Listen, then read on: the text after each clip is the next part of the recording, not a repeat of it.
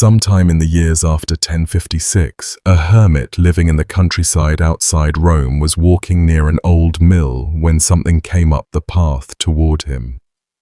The account survives in a 13th century chronicle, and the description is very specific. The creature had the body of a bear, the head and the tail of a donkey. It walked upright, and it spoke. The hermit, according to the story, did not run. He asked the obvious question, "What are you?" And the thing answered that it had once been the Pope. It said it wandered the earth in this shape because during its life it had lived like a beast, without law and without God, and had defiled the chair of St. Peter with every filth a man could bring to it. Then it moved on down the road, and the hermit went home and told people what he had seen. And the story attached itself permanently to the name of a man who had been dead for years by then, Benedict IX, the Pope who held the office 3 separate times, who was accused by the men of his own century of murder, rape, sodomy, sorcery, and orgies inside the Lateran palace itself, and who remains, to this day, the only man in 2,000 years of church history to have sold the papacy for gold and walked away to get married. A later historian, a very sober German scholar named Ferdinand Gregorovius, went through everything written about this man and came away with a single sentence that has followed Benedict ever since. He wrote that it seemed as if a demon from hell, in the disguise of a priest, had occupied the chair of Peter. That is where the title of this video comes from, and by the end of it, I think you'll understand why a 19th century academic, a man who spent his career being careful, reached for that particular image. Before we go any further, welcome in everyone. Do me a favor and drop a comment letting me know where in the world you're listening from. A quick and sincere thank you to everyone supporting the channel on Patreon and to the YouTube members as well. You are the reason these long ones keep getting made, and if you'd like to join them, all the links to support the channel are down in the description and in the pinned comment. Alright, settle in. This one is long, and it is dark, and it starts, as these stories often do, with a family. The man we're talking about was born around the year 1012, in or near Rome, and his birth name was Theophylact of Tusculan. If that surname means nothing to you now, it will mean a great deal in about 10 minutes, because the Counts of Tusculan were, at that moment in history, quite possibly the most dangerous family in Italy. Tusculan itself was a fortified hill town in the Alban Hills southeast of Rome, close enough that on a clear day you could stand on its walls and see the city. From that hill, one family had spent a century treating the papacy the way other dynasties treated a castle or a vineyard, as property. As a thing you inherit, a thing you defend with soldiers, and a thing you hand to your sons. The story of where this boy came from starts about 100 years before his birth, with a Roman noblewoman named Marozia, and everything in it connects straight back to our subject through blood. Marozia was the daughter of Theophylact I, Count of Tusculan, who by around 905 had made himself the effective master of Rome, and of his wife Theodora, a woman so politically dominant that a hostile bishop named Liutprand of Cremona sneered that she exercised power over the Roman citizenry like a man. Liutprand hated this family, and his chronicle drips with venom, so his details deserve suspicion. But the picture he paints is lurid. He claims Marozia became the mistress of Pope Sergius III when she was about 15 years old, and that the child she bore from that union grew up to become Pope John XI. Her own son, allegedly fathered by a pope, placed on the papal throne. Chroniclers of the following generations called this whole era the pornocracy, the rule of the harlots. Historians today think Liutprand exaggerated freely, that a lot of this was gossip weaponized against a powerful woman, but the underlying political fact is not in dispute at all. For roughly a century and a half, the popes of Rome were made and unmade by this one aristocratic bloodline, and the family tree tells the story on its own. Marozia's son became pope, her grandson became pope, her great-grandsons became popes, and her great-great-grandson was a boy named Theophylact, born around 1012, the subject of this video. One grandson in particular hangs over everything that comes later.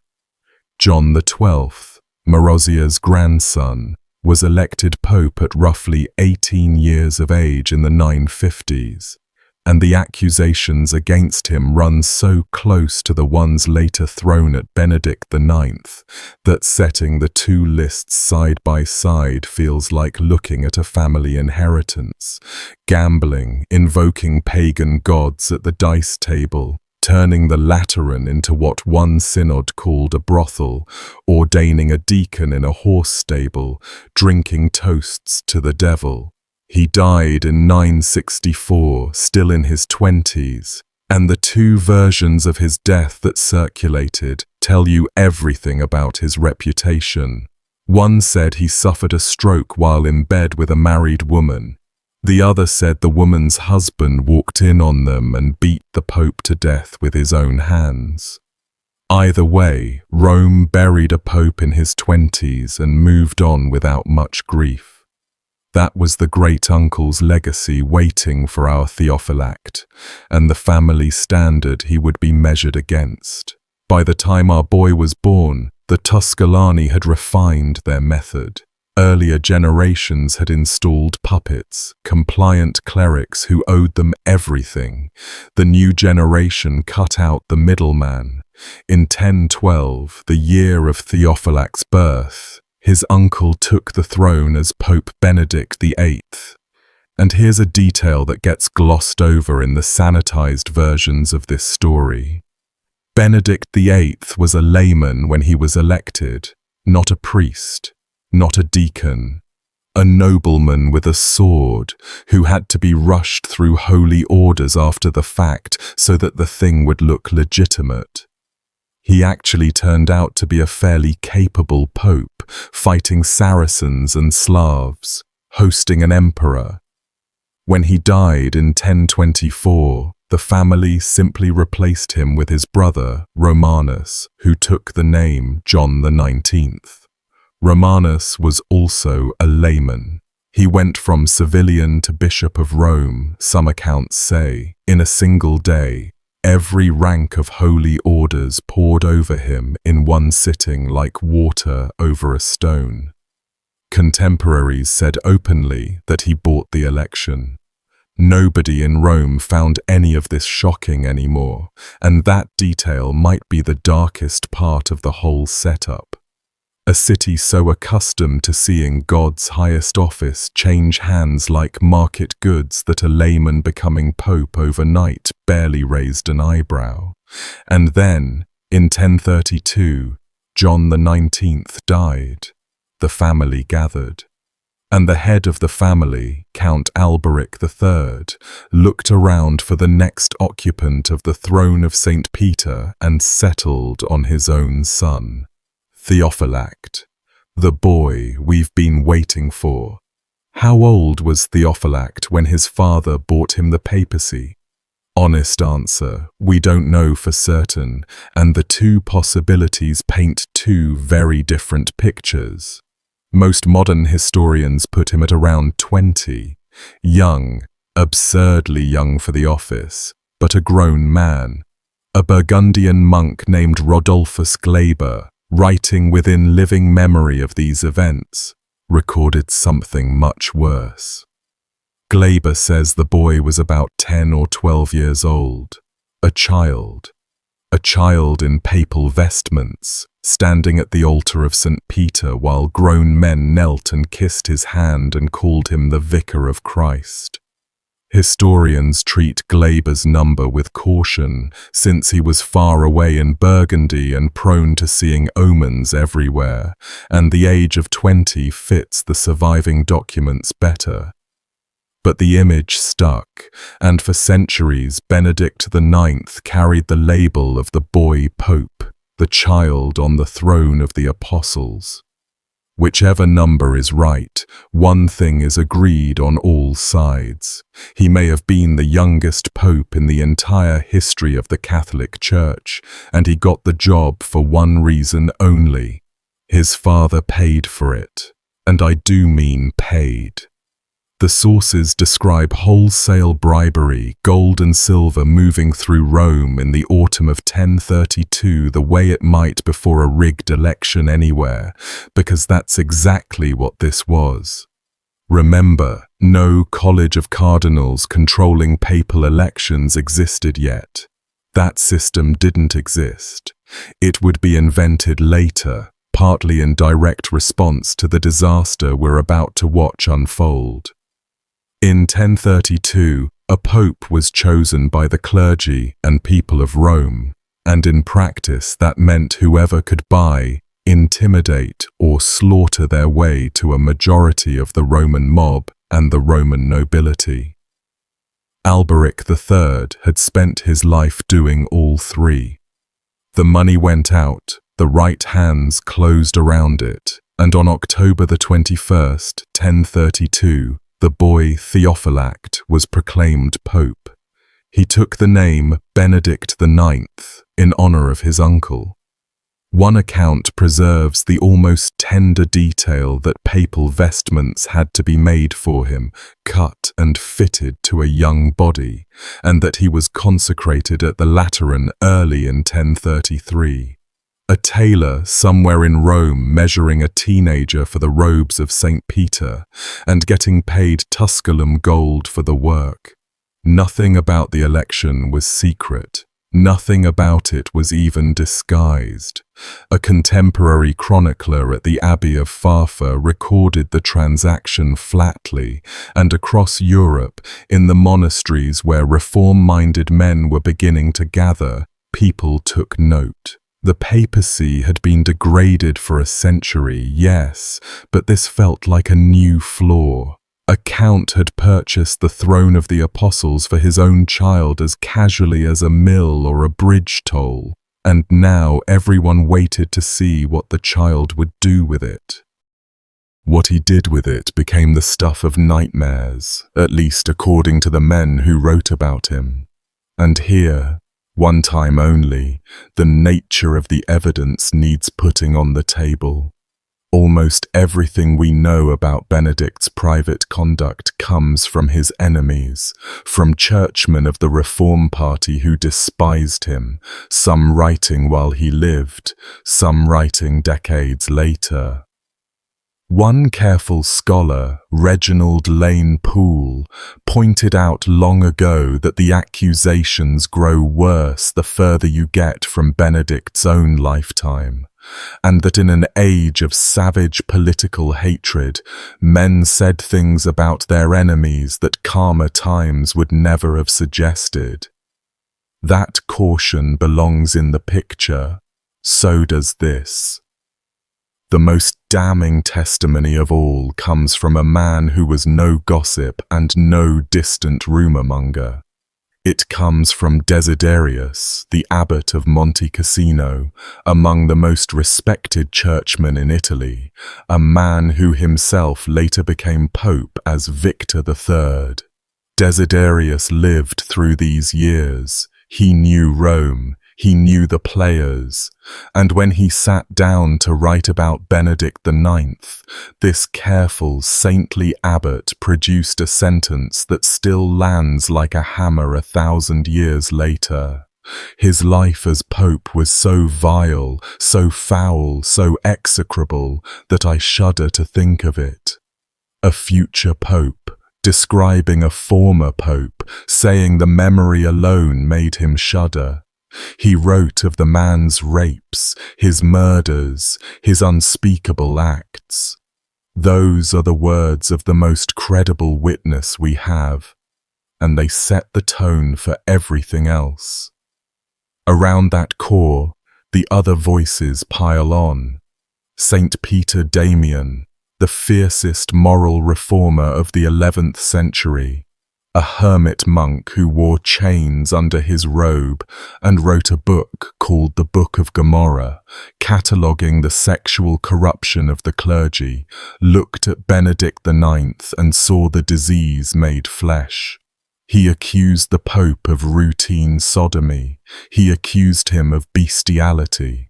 His summary of the pontificate was that this wretch, from the beginning of his reign to the end of his life, feasted on immorality.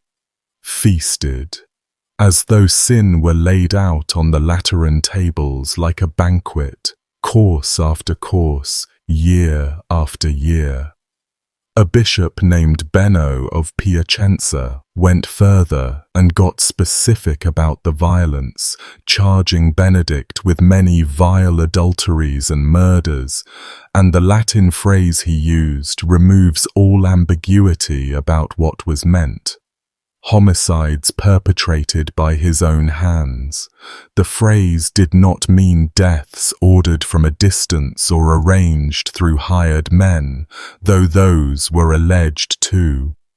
It meant killings the Pope was said to have carried out personally, with his own hands, hands that on Sunday held the consecrated host above the altar of St. Peter. The later tradition, growing over the following decades and centuries, added detail after detail until the portrait became fully demonic. Orgies held inside the Lateran Palace, the official residence of the popes, with prostitutes brought in through the same doors that admitted bishops and pilgrims. Some versions claimed men as well as women shared the Pope's bed, and the ugliest strand of the tradition insisted animals were brought into it too. Money from the offerings of the faithful, coins pressed into church coffers by peasants who had walked hundreds of miles to touch the tomb of the apostle, allegedly flowing straight out again to pay for the entertainment. And beyond the flesh, the accusations moved into darker territory still. Sorcery. Books of magic kept in the papal apartments.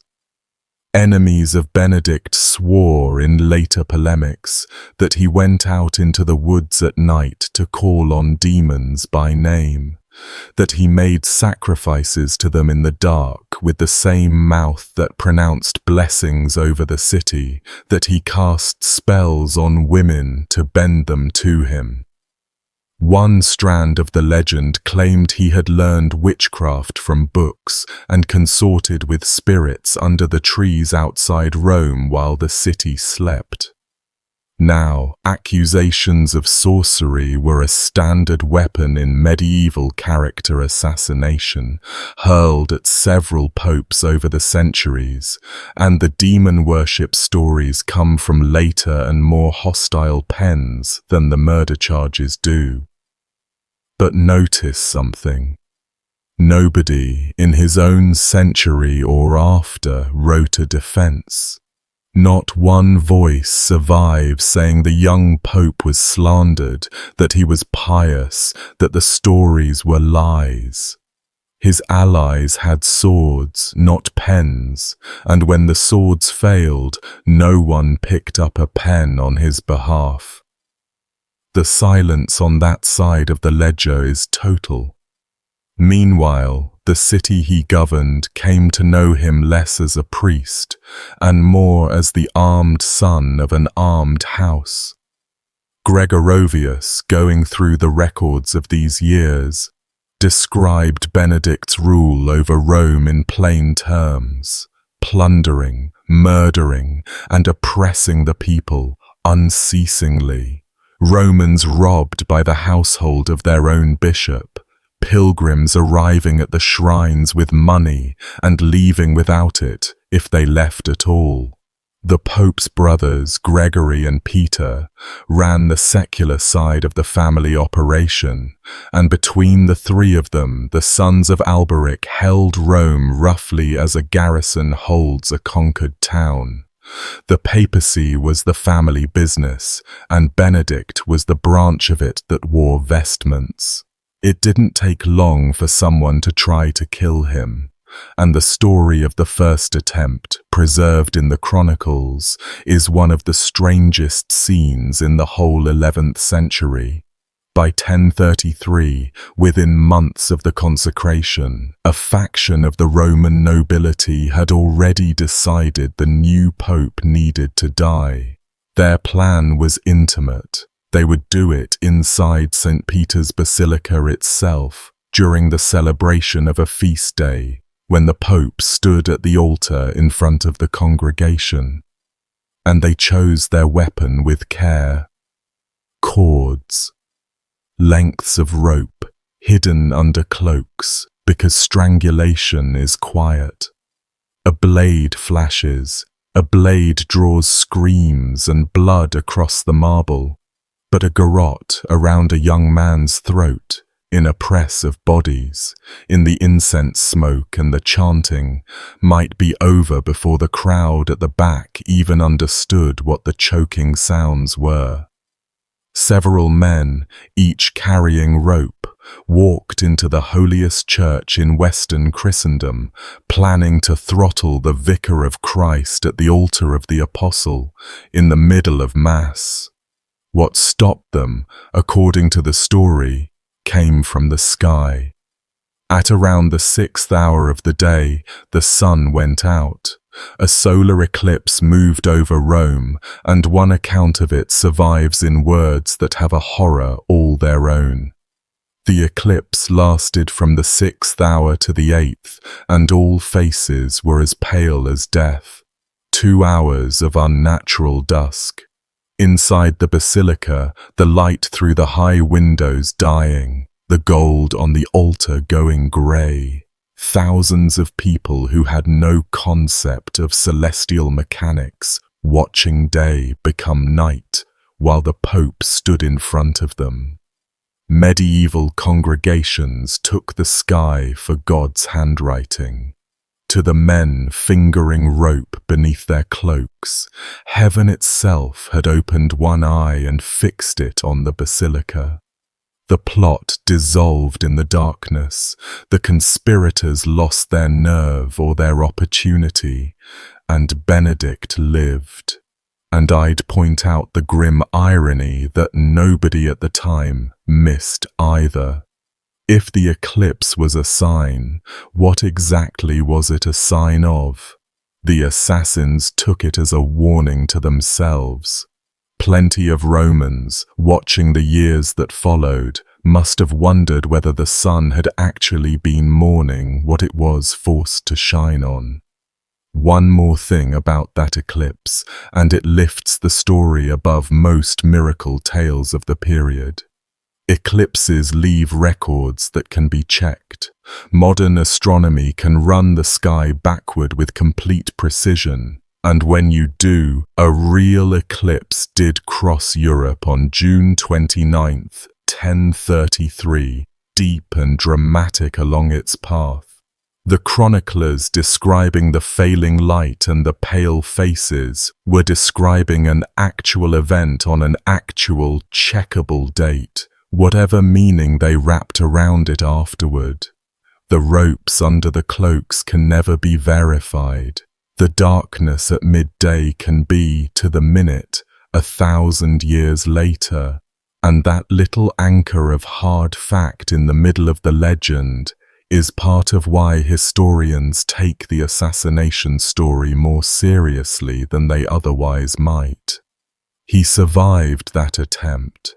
He would need to survive several more, because Rome in this period was a city that solved its political problems with cords and knives as casually as we'd file paperwork. Understand the physical reality of the place for a moment, since our subject ruled it, robbed it, and eventually fled it more than once. 11th century Rome was a ruin inhabited by maybe 30,000 people camping in the bones of a city built for 1,000,000. Cattle grazed in the old forums. The great aqueducts were broken, so the population huddled in the low ground along the Tiber, in the bend of the river, where the water was close and the malaria was closer. Fortress towers sprouted out of ancient monuments like fungus, each one belonging to a noble clan, each clan feuding with the others. The Tusculani here, the Crescentii there, private armies in the streets, and between them the ordinary Romans, who could be robbed by anyone and protected by no one.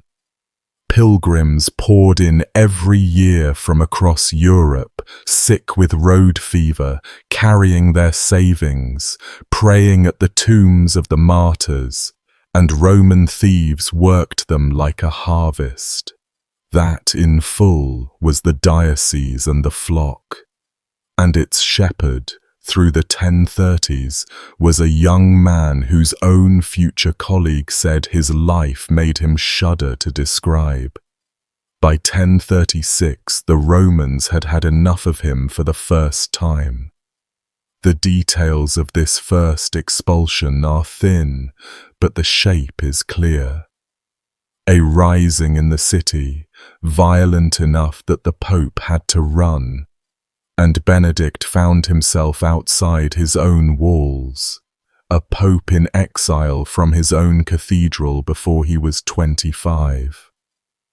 What saved him tells you a great deal about how power actually worked in his world. He appealed north to the German king and emperor Conrad II, who happened to be marching through Italy with an army, burning his way through a rebellion in Lombardy. The chronicles note that Conrad, having failed to take Milan, crushed a rising at Parma and left that city in flames, and then, with the smoke of Parma more or less still on his boots, restored Pope Benedict IX to Rome. An emperor with a burnt city behind him, reinstalling a pope the Romans had just thrown out at spear point. Nobody involved pretended this had anything to do with religion, and the price of the favor was paid promptly and in kind. Conrad wanted the Archbishop of Milan, a man named Heribert, who had led the Italian resistance against him, destroyed. Benedict obliged. He excommunicated Heribert, cut him off from the sacraments and the community of the faithful on the emperor's order, as a line item in a political invoice. The spiritual nuclear weapon of the medieval church, deployed as payment for military services rendered. Even hardened observers found that one distasteful. Restored, Benedict went back to being Benedict. The following years are the stretch that Gregorovius had in mind with that phrase about unceasing plunder and murder, and the accusations from this period have a grinding, repetitive quality. The violence went on, property kept being seized, and the conduct Desiderius refused to describe in detail continued, because, he said, the telling itself was horrible. Somewhere in these years the alleged killings accumulated, the ones Benno of Piacenza laid at the Pope's own hands, though the victims' names have not come down to us, and that anonymity is its own quiet horror. People died, the sources insist, at the will or the hands of the Bishop of Rome, and history didn't even keep their names. They exist now only as a plural noun in a Latin accusation. Murders, adulteries, rapes. A whole hidden population of the wronged compressed into 3 words in a polemic. One more texture from these middle years captures the man the sources describe. Desiderius, the future pope, wrote that Benedict was devoted to pleasure and preferred to live like Epicurus rather than like a bishop, and that at one point he simply left Rome and withdrew to one of his family castles in the country. The logistics buried inside that sentence take a moment to sink in. The Pope of Rome, absent from Rome, holed up in a Tusculan fortress in the hills, presumably with the entertainment and company he preferred, while the churches of the city ran themselves and the papal office sat empty like a shop whose owner couldn't be bothered to open it. The bishops of the world sent letters to a man who might or might not be there. Pilgrims arrived to receive the blessing of a shepherd who was over the hills feasting. However much of the lurid detail you choose to believe, the neglect is documented in the record of the office itself, and neglect, in a job that half of Europe considered the hinge between earth and heaven, was its own form of desecration. Rodolphus Glaber has come up twice now, once for the age claim and once in passing, and he deserves better than a cameo. The world he documented is the world Benedict's consecration happened in, and it explains why so many people were primed to see the boy pope as a sign of the end times. Glaber was a Burgundian monk with a difficult personality, shuffled from monastery to monastery, and his histories are our best window into the mood of Europe around the year 1000. And the mood was apocalyptic in the most literal sense. 1033, the year of Benedict's consecration at the Lateran and the year of the eclipse over the assassins, was also, by the reckoning everyone carried in their heads, the 1000th anniversary of the crucifixion of Christ, the millennium of the Passion, and Christendom watched that anniversary coming like a storm front. Glaber records what the years around it actually delivered, and his account of the Great Famine of the early 1030s is one of the most horrifying passages in all of medieval literature. 3 years of failed harvests, rain rotting the seed in the ground, and then hunger of a depth Europe would not see again for centuries. People ate the grass, they ate carrion, dug carcasses out of the ground. And then, Glaber says plainly, they ate each other. Travelers were murdered on the roads for their flesh. Children were lured away with an egg or a piece of fruit and killed and consumed.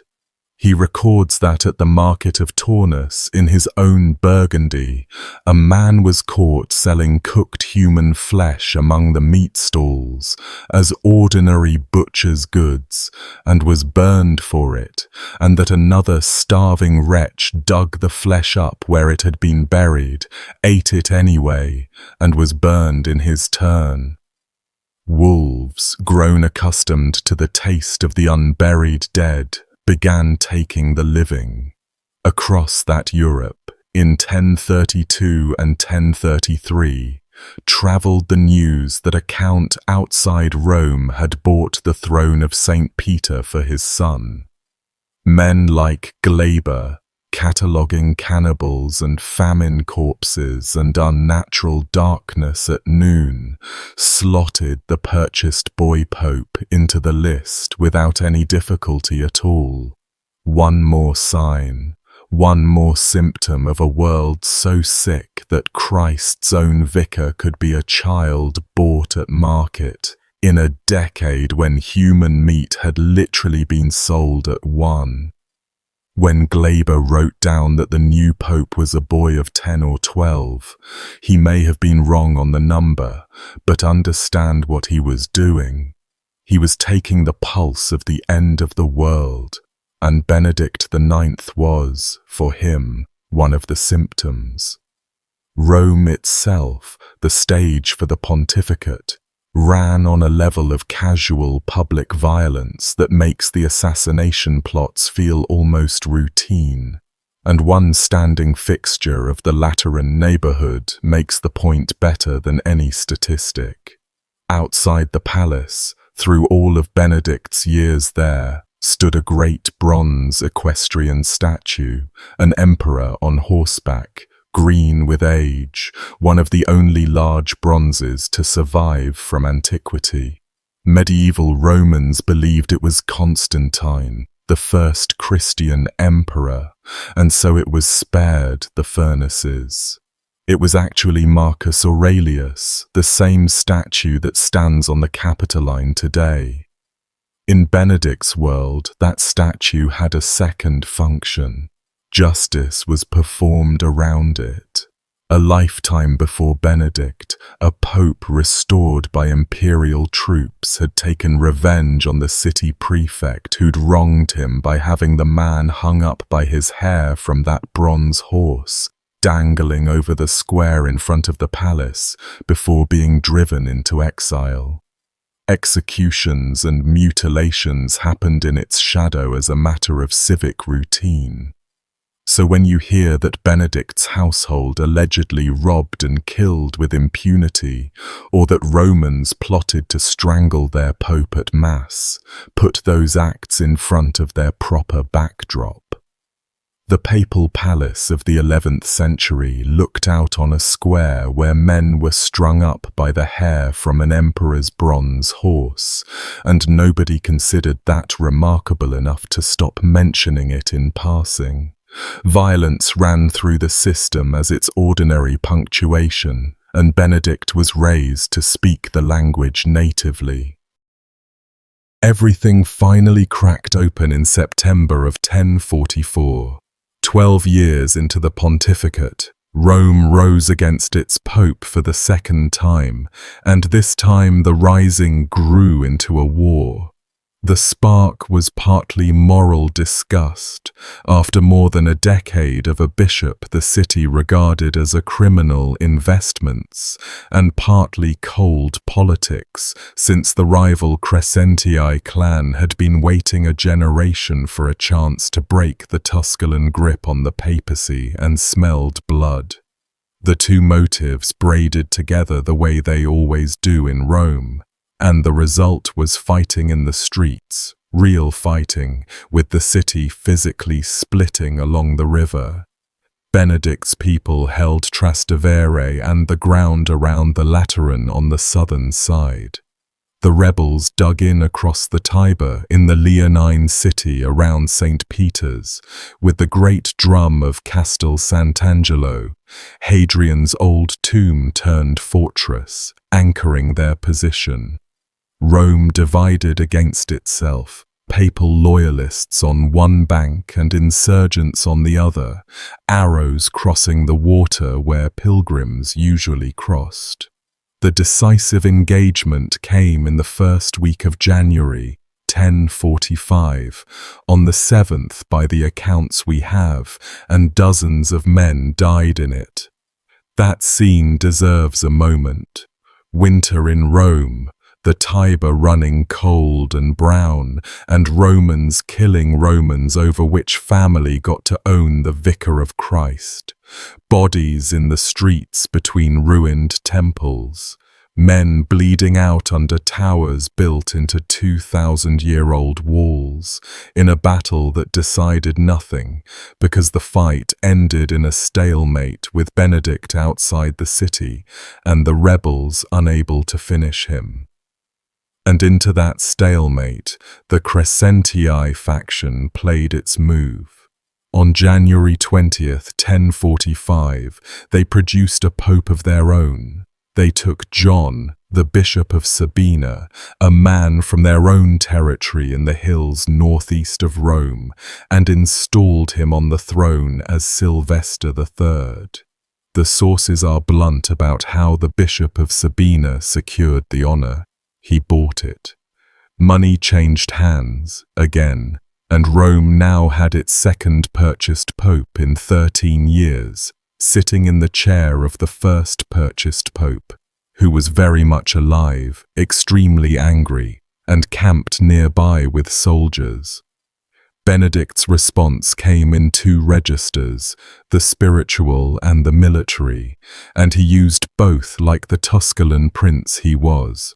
First, from exile, he excommunicated Sylvester.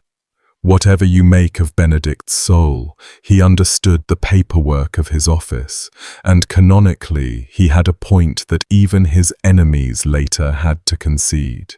He had never been deposed. No synod had tried him. However, he'd gotten the office, he held it, and the man now sitting in it was, by the strict rules, an intruder. Second, he went home to Tusculan and came back with an army. His brothers emptied the family strongholds. The Count of Galleria threw his men in as well.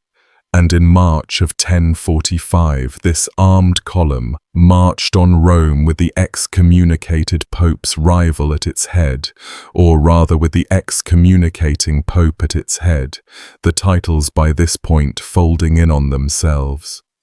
Sylvester III had been pope for 49 days. He didn't wait to be besieged. When the Tusculan force reached the city on March 10th, he abandoned the Lateran and retreated back into the Sabine Hills, back to his old bishopric, where he resumed being Bishop of Sabina as though the whole thing had been a business trip that fell through. He never formally renounced his claim, mind you. He just went home and kept the receipt. He turns up once more, later, at the worst possible moment. Benedict was pope again. Second reign. He had taken his city back by force. His rival was hiding in the hills. His family's soldiers walked the streets, and a normal man of his stamp, having just clawed back the most powerful office in the Western world, might have been expected to settle in and enjoy his winnings for another decade. Instead, within about 7 weeks, he did the thing that no pope before him had ever done, and no pope after him has ever done, the thing that turned him from a scandal into a legend. He decided to sell the papacy, and the reason, according to the tradition that has come down through the centuries, was a woman. The story goes that Benedict wanted to marry. The bride he had in mind is described in the sources as a kinswoman, his own cousin by most tellings, the daughter of a Roman noble named Gerard de Saxo. Set aside for a moment every other charge against this man, the murders and the orgies and the rest, and look at just this one desire, because it might be the single most human moment in his entire story, and also one of the most disturbing when you turn it over.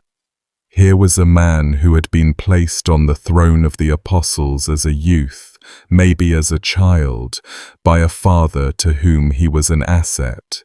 He had never chosen the priesthood. He had never, so far as any record shows, believed in much of anything.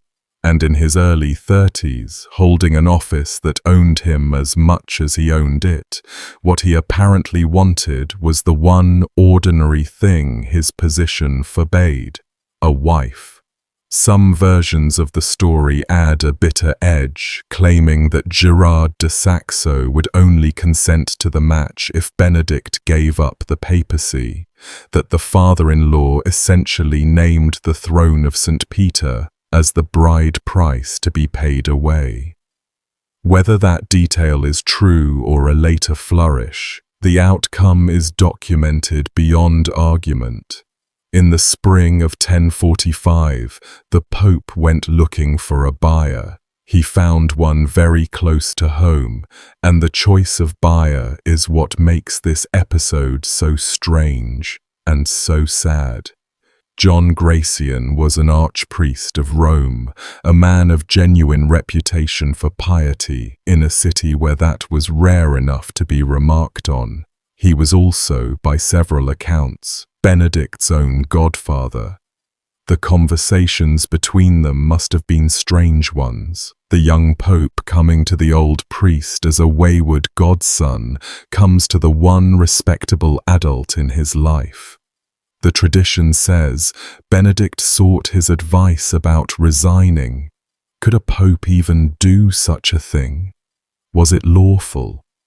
Gratian, along with others Benedict consulted, seems to have answered that resignation was possible, and one suspects that every honest churchman in Rome asked whether this particular pope could lawfully stop being pope, had to fight the urge to answer before the question was finished. But Benedict attached a condition. He had spent a fortune getting the office and getting it back. He wanted his expenses reimbursed. He would resign the papacy into his godfather's hands, and his godfather would pay him for it. And John Gratian paid. On the 1st of May, 1045, the deal was done. Benedict abdicated, and the old archpriest became Pope Gregory VI. How much money moved is one of those questions where the sources scatter. The figure repeated most often is £1,500 of gold. One tradition, and this detail has a special sting, says the payment consisted of Peter's pence, the annual offering collected from the faithful of England, penny by penny, household by household, from peasants and craftsmen across that whole rain-soaked island, gathered up and shipped to Rome as an act of devotion to the apostle.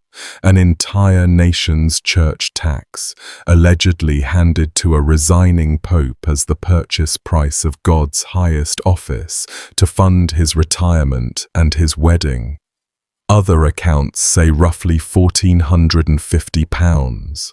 A modern retelling puts it as high as 2,000. The earliest and most careful sources just say a great sum, expenses, a pension. Whatever the number, modern attempts at conversion land somewhere in the tens of millions of dollars, and the effect on the papal treasury was reportedly immediate and brutal. The Church of Rome had been bled so dry by the transaction that for months it struggled to pay for anything, and one account claims the roads of Italy filled up with robbers in this period, since there was no money left to police the pilgrim routes, and travelers who set out for the tombs of the apostles were stripped, and sometimes worse, on the way. Trace that chain of consequences to its end, and it lands on some anonymous pilgrim family lying in a ditch outside Viterbo, robbed of everything, so that a pope could cash out. Here's the part of the transaction that historians still argue about. Was John Gratian a cynic or a rescuer? The case for rescuer is real.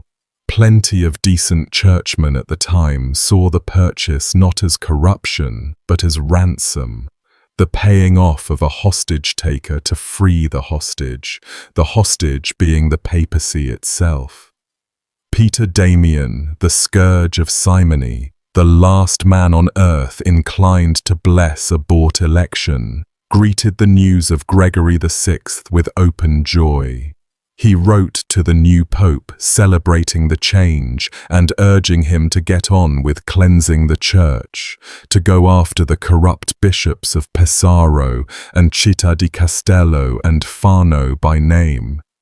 If Peter Damian could stomach it, the thinking goes, the deal must have looked at the time like the least bad option available to anyone. The case for cynic is simpler and colder. However you dress it, a man handed over a mountain of gold and received the papacy in exchange, and the technical name for that is simony. the buying and selling of holy things, named for Simon Magus, the sorcerer in the Book of Acts, who tried to buy the power of the Holy Spirit from the apostles and was cursed for it. Dante, writing 2.5 centuries later, reserved a specific pit of hell for simoniacs. He has them rammed headfirst into holes in the rock, upside down forever, with flames licking across the soles of their protruding feet, each new arrival hammering the previous one deeper into the stone. That was the medieval imagination's price for what changed hands in Rome on the 1st of May, 1045, and both parties to the contract were, by that standard, damned by their own signatures. Whatever Gregory VI intended, he inherited a wasteland. The treasury was gutted. The city was full of armed factions who hadn't stopped hating each other just because the throne had changed occupants. And within a very short time, his problems doubled, because the seller developed seller's remorse. The marriage, the whole reason for the sale, fell apart. The sources give different reasons and no certainty. In some tellings, the girl's family backed out. In others, the girl herself refused him. And I'll admit that version has a certain justice to it. The one person in Italy who looked at the Pope's gold and his name and his reputation and simply said no. In still others, secular life just bored him, or the money ran through his fingers faster than he expected.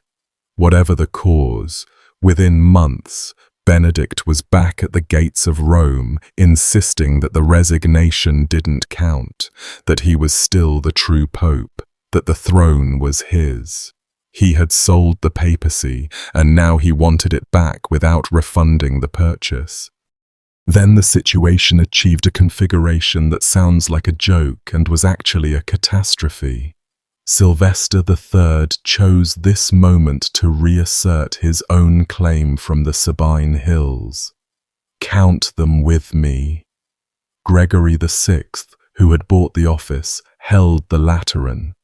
Benedict IX, who had sold it, came back and by some accounts planted himself at Santa Maria Maggiore, or by others operated from the family strongholds while his partisans fought for him inside the walls. Sylvester III pressed his claim in the region of St. Peter's. 3 popes, 3 men simultaneously claiming to be the one head of the universal church, each with a faction, each with armed men, each occupying or contesting one of the great basilicas of Rome like rival warlords dividing a city, because that is precisely what they were. Priests saying Mass in one church while across town another congregation heard the same words from a rival's clergy. Ordinary Romans unsure which sacraments were valid, whose blessing counted, whose excommunication could send you to hell. Christendom's capital had become a theological hall of mirrors with swords in it. At street level, the 3 popes' winter of 1045 into 1046 was no abstraction for the people living inside it. Every priest in Rome faced a concrete, unavoidable choice at every single Mass. The canon of the Roman liturgy contains a line, ancient then and still in use now, where the celebrant prays together with your servant our Pope, and then speaks the man's name aloud. One name. The prayer has no plural. Every morning at hundreds of altars across the city, a priest had to open his mouth and commit Gregory or Benedict or Sylvester, knowing the choice would be reported and that naming the wrong pope in the wrong parish could cost him his position or his teeth. tithes and offerings had the same problem with sharper edges, since money has to physically go somewhere, and 3 separate papal households were collecting, each treating payment to the others as theft.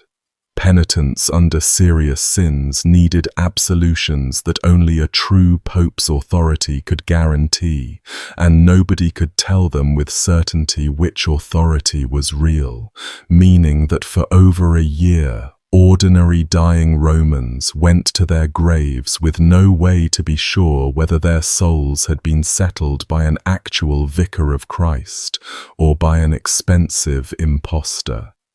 Marriages, ordinations, appointments, court cases, all of it ran on paperwork that one pope issued and another might void. The city functioned in the way that cities always somehow function, but underneath the functioning ran a low hum of spiritual terror that we, at 1,000 years' distance, mostly can't hear anymore. The chroniclers who begged Henry to come south and clean out the sty weren't only complaining about morals, they were describing a machine for manufacturing damnation anxiety installed in the capital of Christendom, running day and night with our subjects' signature on the original patent. Word of this travelled north, as word always did, carried by every merchant and pilgrim and disgusted cleric crossing the Alps, and it landed on the desk, so to speak, of the one man in Europe with both the power and the motive to do something. Henry III, King of the Germans, was in his late 20s, pious in a stern and believing way, and he needed exactly one thing from Rome: an imperial coronation. Only a pope could crown him Holy Roman Emperor, and at the moment Rome could not produce a pope, singular, to do it. Beyond the self-interest, the sources suggest Henry was sincerely appalled. Appeals had reached him from Roman clergy begging him to come south and clean out what one description calls the sty. In the autumn of 1046, he crossed the Alps with an army and a train of bishops, held a preliminary church council at Pavia where he denounced the buying and selling of holy things, and then did something that showed real political craft. He met Gregory VI at Piacenza and treated him, for the moment, with honor, as if he were the true pope. He let the old man ride along with the royal column, wrapped in respect, all the way to the reckoning that Henry had already planned for him. The reckoning convened on December 20th, 1046, in a small hill town north of Rome called Sutri, about 40 kilometers from the city, chosen precisely so the proceedings would happen outside the reach of the Roman mobs and the Roman knife. A synod of bishops with the king presiding. The Council of Sutri lasted only days, and it dismantled the entire papal situation like a demolition crew. Sylvester III came first. The council judged his election the fruit of bribery and mob politics, declared him a usurper, stripped him of his priestly rank, and sentenced him to be shut in a monastery for the rest of his life. Though in the messy way of these things, he seems in practice to have slunk back to Sabina and carried on as a bishop for years anyway. Then Gregory VI, the pope who had paid for peace. The old man stood in front of the synod and explained himself with what several accounts describe as disarming honesty. He had given the money, he said, to free the papacy from a man who was disgracing it, and he had believed he was doing a good work. The bishops let his own words close around him. However noble the intention, gold had bought the office, and an office bought is an office corrupted. The accounts say Gregory, seeing where it ended, pronounced his own deposition aloud, stripping himself with his own voice, either as an act of genuine humility or because Henry left him nowhere else to stand. And Benedict IX, the man whose career had caused the whole council to exist, he was condemned and deposed along with the others. He simply wasn't in the room for it. He hadn't come. Summoned to answer for 14 years of everything we've been describing, he stayed behind his family's walls in the Alban Hills and ignored the greatest church council of his generation, the way he'd ignored most other duties of his office. Deposed in absentia, he never accepted the verdict for a single day of the rest of his life. Sutri had one more piece of business beyond the depositions, wrapped up at the follow-on council in Rome those last days of December, and it quietly settled who owned the papacy for the next generation. The Roman clergy and people, thoroughly beaten and thoroughly implicated, formally granted Henry III the rank of patrician of the Romans, investing him with the green mantle and the gold circlet of that ancient office, and with it, in practice, the deciding voice in every papal election to come. The right the Tusculani had bought and the Crescentii had fought over was simply handed north, entire, to the German crown. For the next decade, popes would be, in effect, imperial appointments, German bishops sent south in series, and the Romans, who had spent a century treating the papacy as their own civic property, watched it administered from beyond the Alps like a colonial office. One tyranny traded for a tidier one, the reformers' critics muttered, and they had a point that would take another 30 years and a snowy morning at Canossa to resolve. For our purposes, though, the transfer had one immediate meaning. Benedict's third comeback, when it came, would be an act of rebellion against the emperor himself, and everyone who helped him knew it. With the board swept clear, Henry supplied his own pope.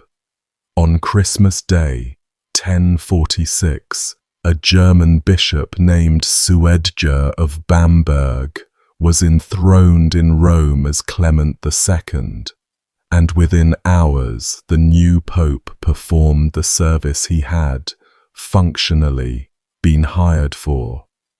He crowned Henry III and his wife, Agnes Emperor and Empress of the Romans. Christmas coronations were an old imperial habit, echoing Charlemagne, and the symbolism was aimed straight at the city. The era of Roman families minting popes was over. From now on, the papacy would answer to a higher earthly power, and that power wore a German crown. The Romans, having watched their homegrown popes disgrace themselves for a century, swallowed it, for the moment.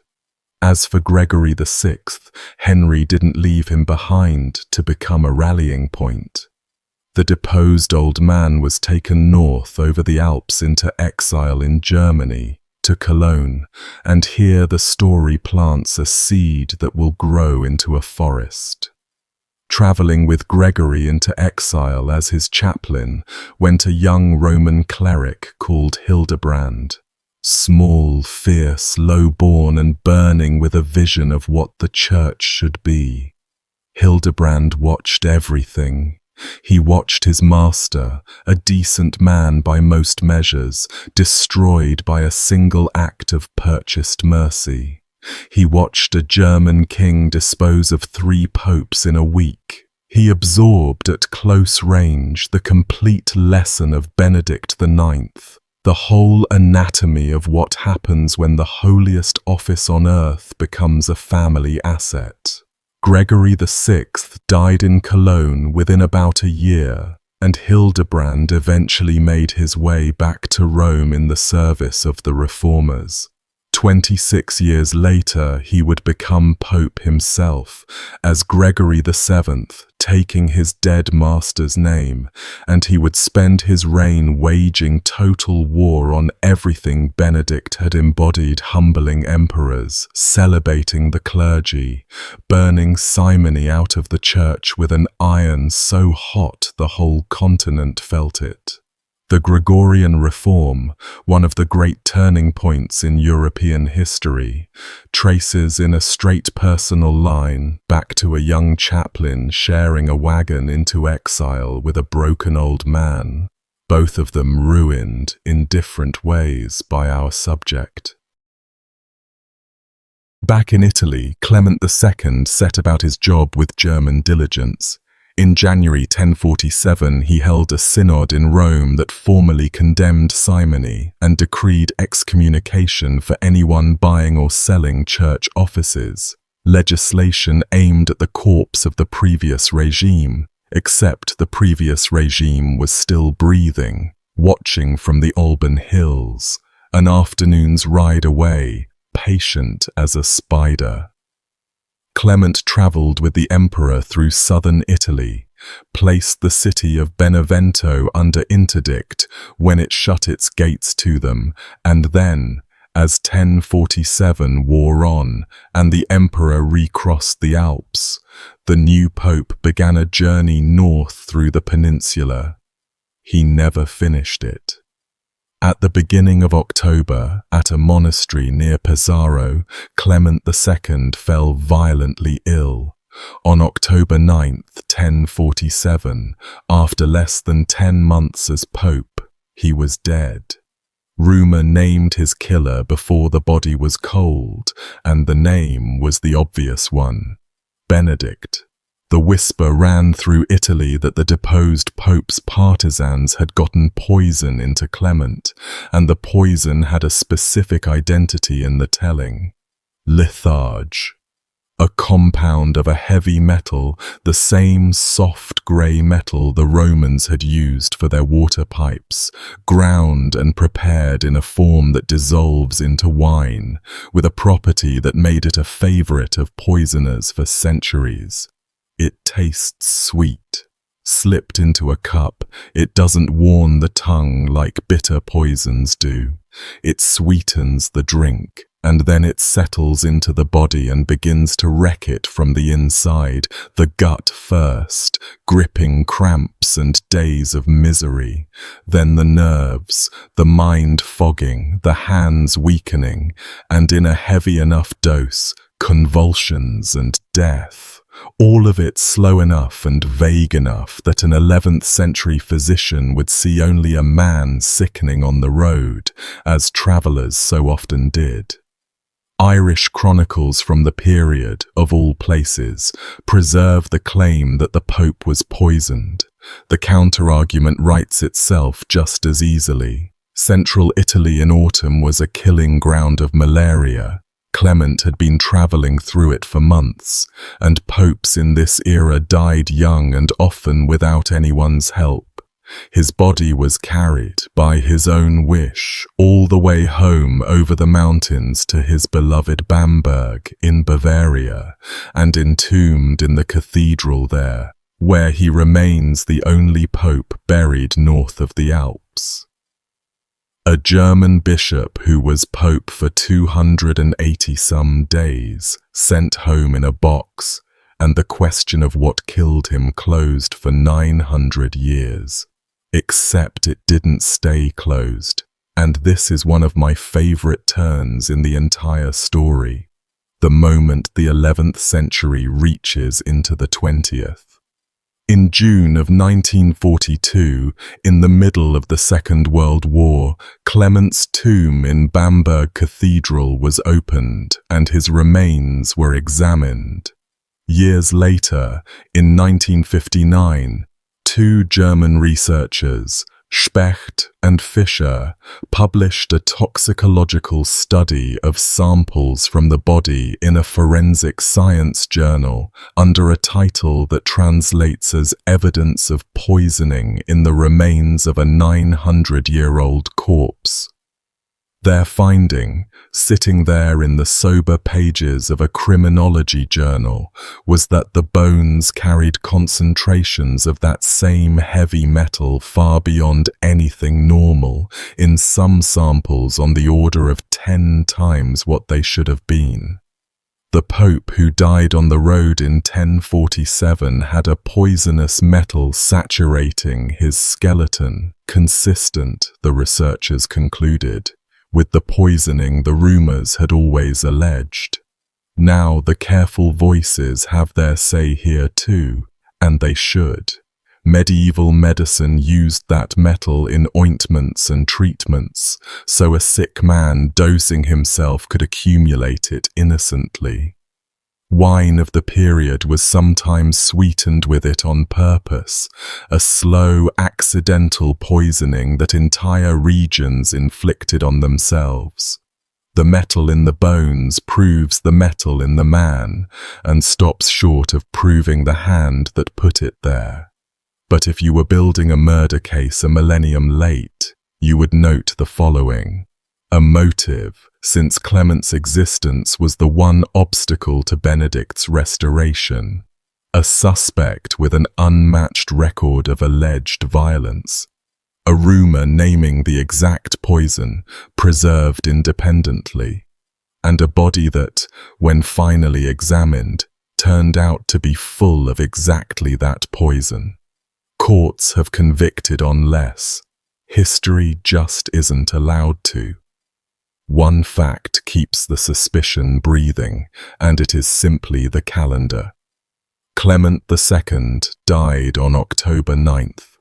Within a month, on November 8th, 1047, Benedict IX came down out of the Alban Hills with a body of armed followers, reportedly greased by Tusculan gold in the usual quarters, seized the Lateran palace, and sat himself on the papal throne for the third time.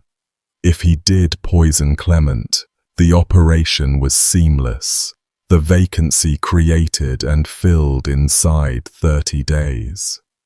If he didn't, then fortune handed him the exact gift he needed at the exact moment he needed it, and he was standing there ready with soldiers when it arrived. Either way, the man the greatest council of the age had deposed, the man half of Europe's bishops considered a walking sacrilege, was Pope again, third reign, and this time he had gotten there over a dead body about which questions have never fully stopped. The third reign lasted about 8 months, from November 8th, 1047, to the middle of July 1048, and it has a strange, held-breath quality in the sources, like a city waiting for a hammer to fall. Benedict held Rome. He performed, presumably, the functions of the office. And every day, everyone involved understood that the arrangement survived only as long as the emperor was too busy to deal with it. What kept the hammer suspended for those 8 months was a piece of aristocratic double-dealing involving the last important nobleman in our story.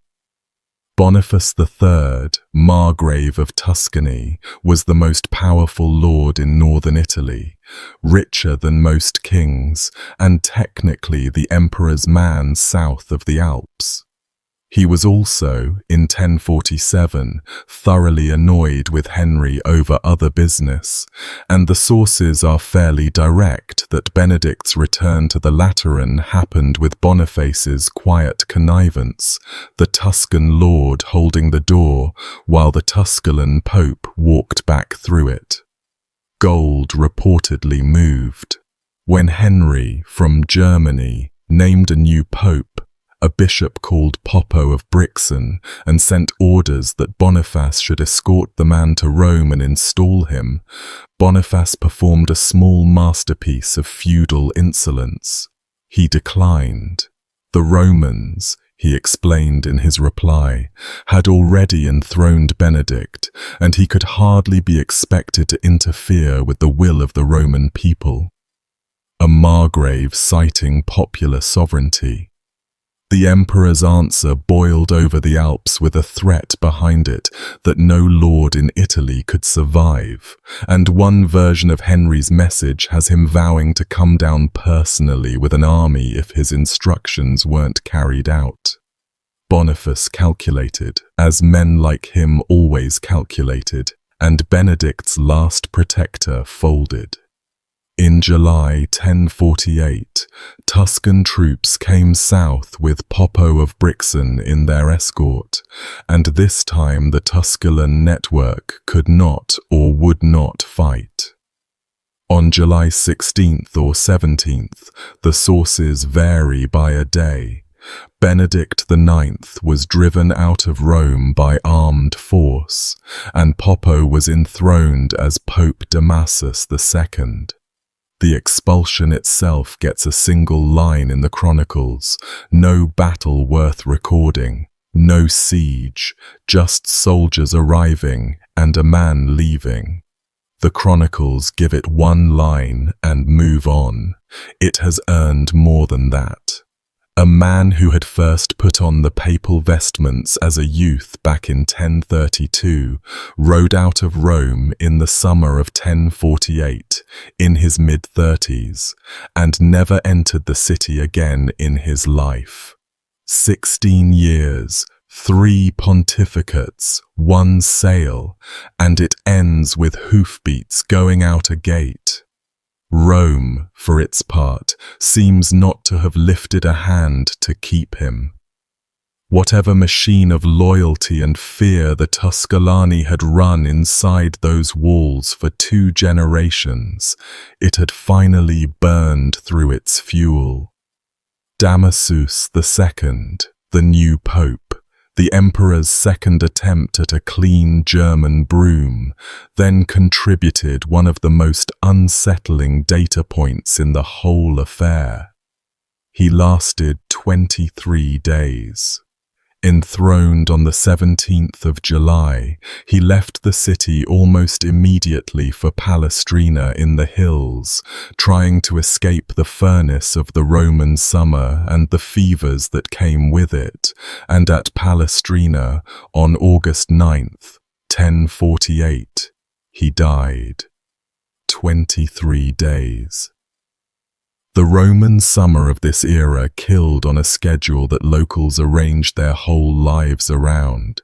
From July into September, the Campagna, the marshy plain surrounding the city, exhaled fever. Anyone with means fled to the hills, popes included, and Damasus was doing exactly that when it caught him anyway. Malaria in its worst form opens with chills no blanket can touch, climbs into a furnace of fever, and can move through delirium to death inside a couple of weeks. And northern visitors, carrying no inherited resistance whatsoever, walked off the Alpine passes straight into it. German popes in Italy died like sailors on a fever coast, predictably, and in numbers everyone had stopped remarking on. The likeliest killer, by far, is malaria. The same swamp fever that murdered visitors to Rome by the thousand and gave the city its reputation as a place northern churchmen went to die. But Rome had just watched 2 imperial popes die within 10 months of each other, both inconveniencing the same deposed rival, and the whispering started again on schedule. This time the rumor even attached a name, a certain Gerhard Brazutus. described in the hostile tradition as a friend of Benedict IX, alleged to have administered poison on his behalf. No trial ever tested it, and nothing survives beyond the name and the accusation, floating down the centuries attached to a 23-day pope in a grave at Palestrina. Whatever its truth, the rumor maps where every mind in Italy went the instant a pope stopped breathing. Everyone looked south, toward the Alban Hills, toward the man in the fortress who would not stay deposed. Poisoning had become his signature in the public imagination, whether or not his hand ever touched a cup, and reputations like that become historical facts in their own right. People believed the pope-maker of Tusculan was killing popes. They arranged their fears around it. Henry III, by now surely wondering if the papacy itself was cursed, reached for his best remaining man, and this time the choice changed history. Bruno of Egisheim-Dagsburg, Bishop of Toul, a cousin of the emperor, tall, red-haired by tradition, and holy in a way that even cynics conceded, was designated pope at the end of 1048. And Bruno did something at the very start that told everyone the weather had changed. Offered the office by imperial appointment, he answered that he would accept it only if the clergy and people of Rome freely elected him, and then he travelled to Rome not as a conqueror but as a pilgrim, on foot for the final approach by the famous account, barefoot in some tellings, entering the city humbly to ask for the throne rather than seize it. The Romans, who had seen popes arrive with armies, with bribes, with imperial escorts, and once with a father holding a boy's hand, watched a man walk in asking permission, and they gave it with something like relief. In February 1049, he became Pope Leo IX, and the real cleanup of the world Benedict made began. Leo's method was a rolling synod. He took the reform on the road, holding councils across Italy, France and Germany, hauling simoniac bishops in front of assemblies and breaking them in public, and at Rome, in April 1049, he convened a council to deal with the wreckage at home. Among its business was a summons. Benedict IX, living unrepentant on his family lands, was formally called to appear and answer the charge of simony, the crime that had defined both ends of his career, the bought beginning and the sold ending. He was summoned, and in a gesture entirely of a piece with the rest of his life, he did not come. He had ignored Sutri, he ignored this, and he would answer to no assembly of men for anything. The council excommunicated him, cast out of the church he had 3 times headed. The sentence meant, in the theology of the age, that if he died in that state, he died outside the ark of salvation entirely, cut off from absolution and from Christian burial, the doors of heaven closed and sealed. For most people of the 11th century, that prospect was more terrifying than any death the body could suffer. Whether it frightened Benedict at all, in 1049, nobody recorded. The answer, when it comes, arrives at a monastery. Before we follow him to that monastery, meet the men who built his reputation. The accusers are characters in this story too, and knowing them changes how the accusations sound in your ear. Peter Damian first, since his voice is the loudest. Damien was born poor in Ravenna around 1007, close enough in age to Benedict that they were effectively contemporaries, two Italian boys born 5 years apart into utterly different worlds. And a story from Damien's childhood has an older brother's household treating him as a swineherd and near slave before another brother rescued him and paid for his education. He grew into one of the most learned men in Italy, and then, at the height of a brilliant teaching career, he threw it all away and walked into the hermitage of Fonte Avellana in the mountains, where the monks lived in stone cells, fasted on bread and water for days at a stretch, and flogged themselves in penance for the sins of the world. Damien took to the discipline with a ferocity that alarmed even his brother hermits. This was the man who sat down around 1049 in the first years of Leo IX and wrote the Book of Gomorrah, the most explosive document of the century.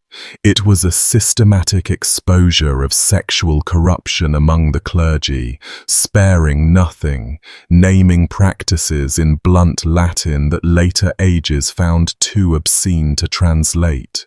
Priests with concubines, priests with each other, confessors absolving their own partners in sin, and a church hierarchy that shuffled offenders sideways and buried complaints, a pattern he described with a precision that lands very uncomfortably on modern ears. Damien addressed the book to the Pope and demanded a purge. And for Damien, the recently departed Benedict IX was the whole disease wearing a tiara, the proof of where tolerance ended. When he wrote that the wretch had feasted on immorality from the beginning of his pontificate to the end of his life, he was writing about a man whose reign he had lived through as an adult in Italy, with correspondence in Rome. He was a zealot, no question, a man who saw sodomy and simony as twin demons strangling the church, and zealots exaggerate. He was also the best-informed moral auditor of his generation, and he never wrote about anyone else, not any of the other bad bishops in his gallery of targets, in quite the register he reserved for Benedict. The afterlife of Damien's book, incidentally, tells you how raw this nerve stayed even among the reformers. The Book of Gomorrah was addressed to Pope Leo IX, with a demand for mass depositions of offending clergy, and Leo, saint and reformer though he was, wrote back praising Damien's zeal, and then conspicuously declined to swing the axe as hard as the book demanded, distinguishing degrees of offense and leaving repentant men in office. Damien was furious. A few years later, under Pope Alexander II, the book itself went missing, and the story Damien tells is that the Pope borrowed the manuscript from him and then simply refused to give it back, locking it away. And Damien wrote a blistering complaint accusing the pontiff of stealing his book to bury it. The most explosive document of the century, the one for which Benedict IX had served as the monstrous Exhibit A, was too hot for even the reform papacy to leave lying around. Put that beside everything else, and a pattern shows itself. The institution could depose Benedict, excommunicate him, legislate against everything he represented, and rebuild the entire election system to prevent his like again. What it could not comfortably do, then or for a long time after, was keep an itemized account of what men like him had actually done circulating in its own libraries. The Shudder of Desiderius, the locked-away Book of Damien, the vagueness of the chronicles at exactly the points where you want detail. Everyone who knew declined to say. The silence around Benedict's specifics is an occupied silence, held by men who looked at what they knew and decided, each for his own reasons, that the page was better off without it. The details fell out of history through 100 small acts of aversion, leaving only the categories, standing like labeled doors in a corridor nobody would open. Desiderius of Monte Cassino comes at the subject from a different angle, and his testimony has a different texture, cooler and somehow worse. Desiderius was a Lombard prince who renounced a throne for a monk's habit, rebuilt Monte Cassino into the intellectual jewel of Europe, and was so universally respected that in 1086 they made him pope practically against his will. His dialogues, where the Benedict material lives, were written as edifying literature, stories of Saint Benedict of Nursia's miracles, and the 9th century monastery's world. And when the narrative touches our Benedict, this careful author performs a gesture that historians of rhetoric would call paralypsis, and the rest of us would call the shudder.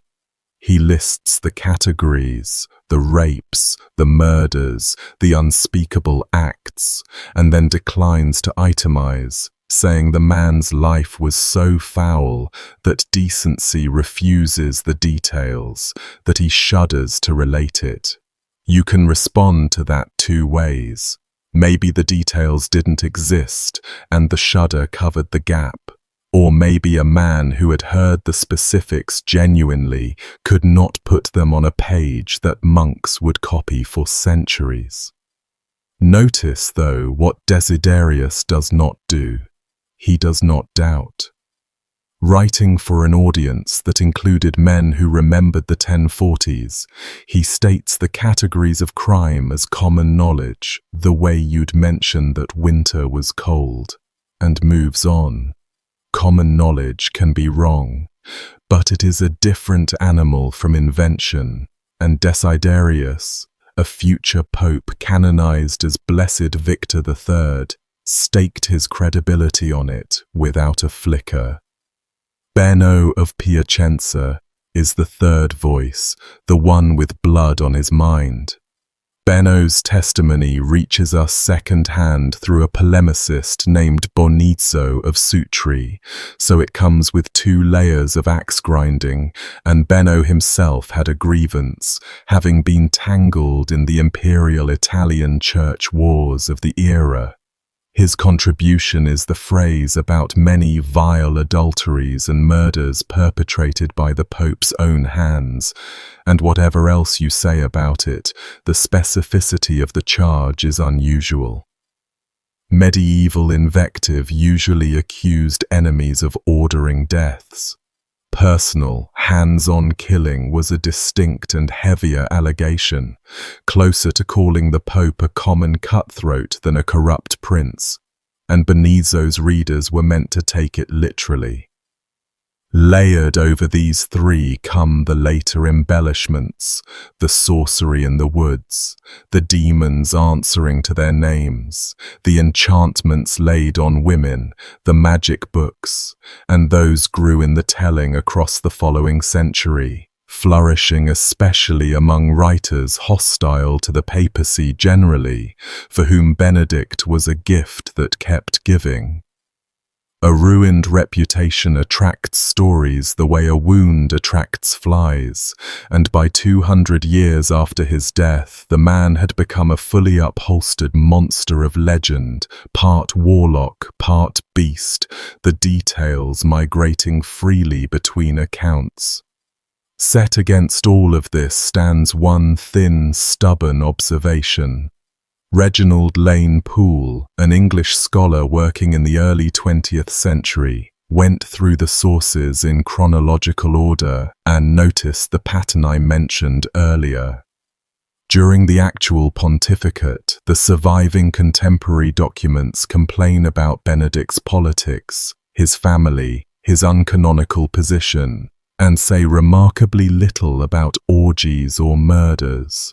The full catalogue of horrors enters the record after the sale of the papacy, after 1045, once he was disgraced, deposed and safely hateable, and it grows richer the further the writer sits from Rome and the later he writes. Poole's conclusion was measured: a negligent pope, very likely a profligate man, whose portrait was painted exclusively by the victors after his fall. That is the honest flaw of what we know. The ceiling is Desiderius shuddering. And the space between the floor and the ceiling is where Benedict IX has lived for 1,000 years, and where, frankly, this video has to leave him, because no document is coming to settle it. What I'd offer you, thinking it through out loud, is just this. Strip away every accusation that appeared after his fall, every last one, and the remaining undisputed skeleton of the man's career: purchased throne, armed reconquest, sale of the office, excommunication for simony, is still, by itself, unlike anything else in the history of the papacy. The legends did not have to build the monster from nothing. They decorated a frame he had constructed himself, in public, with documents. The chair of Peter that Benedict was handed in 1032 was already soaked in 1.5 centuries of horror before the boy ever sat in it, and 2 episodes from his family's own world show what had soaked into the wood. The first happened about 135 years before his election, and it remains, by common consent, the single most grotesque scene in the history of the papacy. In January of 897, Pope Stephen VI put his predecessor on trial in the Lateran. His predecessor, Formosus, had been dead for the better part of a year. They dug the corpse out of its tomb, dressed the rotting body in the full vestments of the papacy, propped it upright on a throne in the council hall, and prosecuted it. A living deacon crouched beside the dead man and answered the court's questions on his behalf, throwing the Pope's voice for a cadaver whose face was falling in. The corpse was, naturally, convicted. They stripped the vestments off it, hacked from its right hand the 3 fingers used for blessing, dragged the remains through the streets of Rome, and pitched them into the Tiber. Fishermen pulled the body out downstream. Within the year, Stephen himself had been overthrown by a Roman mob and strangled in prison, and the papacy entered a spiral in which pope after pope died by violence, deposed, smothered, poisoned, strangled, at a pace that reads less like church history and more like a casualty list. That trial, the Cadaver Synod, was the founding atrocity of the age our subject was born into. It happened in the same palace where Benedict would later allegedly hold his banquets. The Roman aristocratic machine that staged it, prosecuting a corpse to settle a land and power feud, was the direct ancestor of the machine that eventually produced Theophylact of Tusculan and set him on the same throne the dead man had been propped on. The second episode lands much closer to Benedict, close enough to touch his story at both ends, and it is nearly as hard to hear. In 997, about 15 years before Benedict's birth, the Roman nobility under the Crescentii, the same clan that would later fight his family for the papacy, drove out the young German-appointed Pope Gregory V and set up a distinguished Greek-Italian churchman named John Philagathos as anti-pope, John XVI. The following year, the teenage emperor Otto III came back over the Alps with an army to correct this, and the correction visited on John Philagathos was deliberate, methodical, and meant to be seen. Imperial soldiers took him alive. They cut off his nose, they cut off his ears, they cut out his tongue, they blinded him, and the blinding by some accounts was botched or partial so that he retained a sliver of sight, arguably a deeper cruelty. Then, so that Rome would absorb the lesson through its eyes, the mutilated man was dressed in rags, seated backwards on a donkey, and paraded through the streets holding the animal's tail, the crowds jeering at the ruin of a man who had briefly called himself Pope. And into that scene walked a figure who matters enormously to the end of our story. Nilus of Rossano was a Greek monk from Calabria, already in his late 80s, revered across Italy as a living saint, and John Philagathos had been, long before his disgrace, Nilus's friend and countryman. The old man travelled to Rome and stood in front of the emperor and the restored pope and begged them, having taken the man's eyes and face and tongue, to at least give the wreckage of him into his care. The request was refused, or honoured too late and too little, and Nilus, the story says, pronounced God's judgment on emperor and pope for their mercilessness, and walked out of Rome. Both men, as it happens, were dead within a handful of years, young. Nilus spent his final days south of the city, in the Alban Hills, on land granted at the foot of the mountains, where in 1004 his followers founded a monastery of Greek monks around his memory. The place was called Grotta Ferrata. Yes, that Grotta Ferrata. The monastery where Benedict IX's story ends was founded by the man who had begged mercy for a mutilated antipope, on land that belonged to the Counts of Tusculan, granted by Benedict's own grandfather, Gregory I of Tusculan.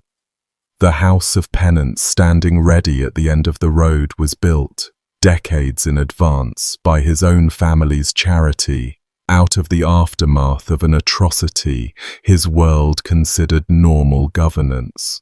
Hold those two images, the corpse on the throne and the man on the donkey, and Benedict's formation stops being mysterious. He was raised inside a family and a city for which the papacy was simultaneously the holiest thing on earth and a piece of real estate that men were dug up, strangled, blinded and de-tongued over. Every adult he grew up around had either participated in that system or profited from it. Both uncles had been layman popes, and his father bought him his throne as other fathers bought sons a commission or a farm. Nobody in the record ever asked whether the boy had a vocation, whether he believed, whether he was suited, any more than you'd ask a horse whether it wished to inherit a stable. Whatever he became, and the sources say he became something monstrous, he became it inside an institution that had spent his whole lifetime, and his father's lifetime, and his grandfather's lifetime, teaching one lesson to everyone who touched it. The chair was power.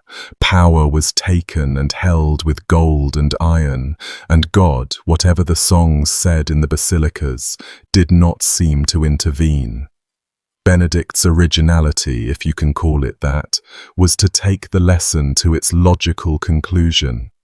His ancestors had bought the papacy, killed for it, died for it.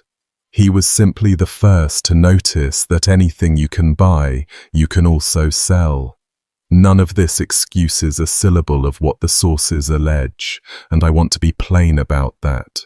Explanations are not absolutions, and the peasants allegedly robbed and the women allegedly assaulted and the men allegedly dead by his hand, if the accusations hold, were owed a shepherd and got a predator, whatever the predator's childhood looked like. But it does relocate some portion of the horror, spreading it off the one man and onto the system that manufactured him. The demon from hell, if that's what he was, did not claw his way up through the floor of St. Peter's. He was installed through the front door by his father with receipts, while the assembled clergy of Rome held their palms out for the purchase price. If a demon sat on the chair of Peter for 16 years, an entire city helped him into the seat and took payment for the service. And the chroniclers who later shuddered at his name had, most of them, said nothing at all while the gold was moving. After the excommunication of 1049, Benedict drops almost entirely out of the documentary record, and the last 7 years of his life are a house with the lights off. He was still only in his later 30s.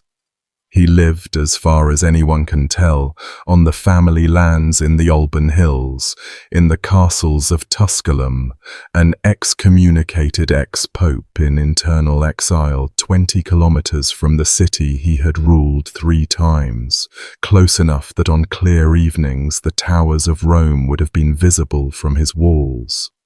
What the silence contained, we simply don't know.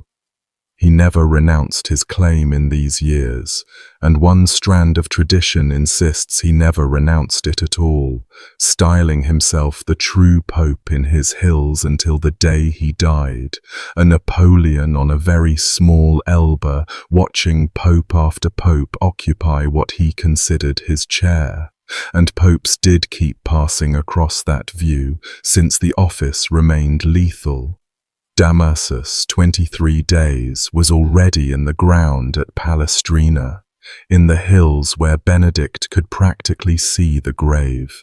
Leo IX reigned 5 years, marched an army against the Normans in the south, lost catastrophically at Civitate in 1053, spent months as the Normans' oddly reverent prisoner, and came home to die in 1054. From the fortress at Tusculan, the deposed man in his 30s watched them come and go, the men who held his title, and every funeral in Rome must have set the same thought moving through what remained of his faction. He is still alive, he is still down there, he has come back twice before. He never came back, and the reason he never came back, according to the tradition that the Catholic Church itself came to prefer, is the strangest turn in his entire story, stranger than the eclipse, stranger than the sail. At some point in his final years, the story goes, Benedict IX repented. To follow it, the road runs back to Grottaferrata, the Greek monastery at the foot of the family's own mountain. By the 1050s, the community founded around old Nilus's memory was governed by its 4th abbot, Bartholomew, called the Younger, a Calabrian Greek like his master, a copyist of manuscripts, a composer of hymns, and a man with a reputation for sanctity that reached well beyond the Alban Hills. The Roman Church would eventually canonize him, and the tradition of his own monastery, set down within a generation by a successor abbot named Luke, who died around 1085 and could have spoken with monks who witnessed all of it, records the following. The former pope, whom the account describes with a restraint that is almost tender, as a young man enslaved to pleasure, who through human weakness had fallen into sin, came to Bartholomew, came seeking what exactly the account frames in the language of the confessional: absolution, intercession, a path back from the far side of an excommunication. If it happened, it is one of the great, unwitnessed conversations of the Middle Ages. On one side of it, a Greek abbot in a black habit, heir of the saint who had begged mercy for a blinded anti-pope half a century before. On the other, the demon from hell himself, mid-40s now, seller of the papacy, suspected poisoner of popes, standing in a monastery his own grandfather's land grant had made possible, asking whether men like him were allowed to be forgiven. Bartholomew's answer, in the tradition, was yes, with a condition. and the condition cut to the bone of everything. Benedict must renounce the papacy. Fully, finally, in his heart, and not just on parchment.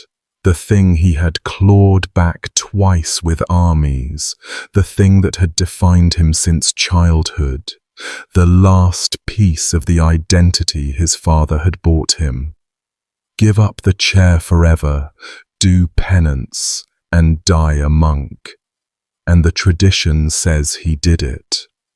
The last pope of the House of Tusculan laid down his claim, entered the monastery at the foot of his family's mountain, and spent his final stretch of life in penance among Greek monks, in the chanted offices of a rite that wasn't even his own, an aging Roman prince in a community of Calabrian ascetics, praying in a church whose language he may barely have followed.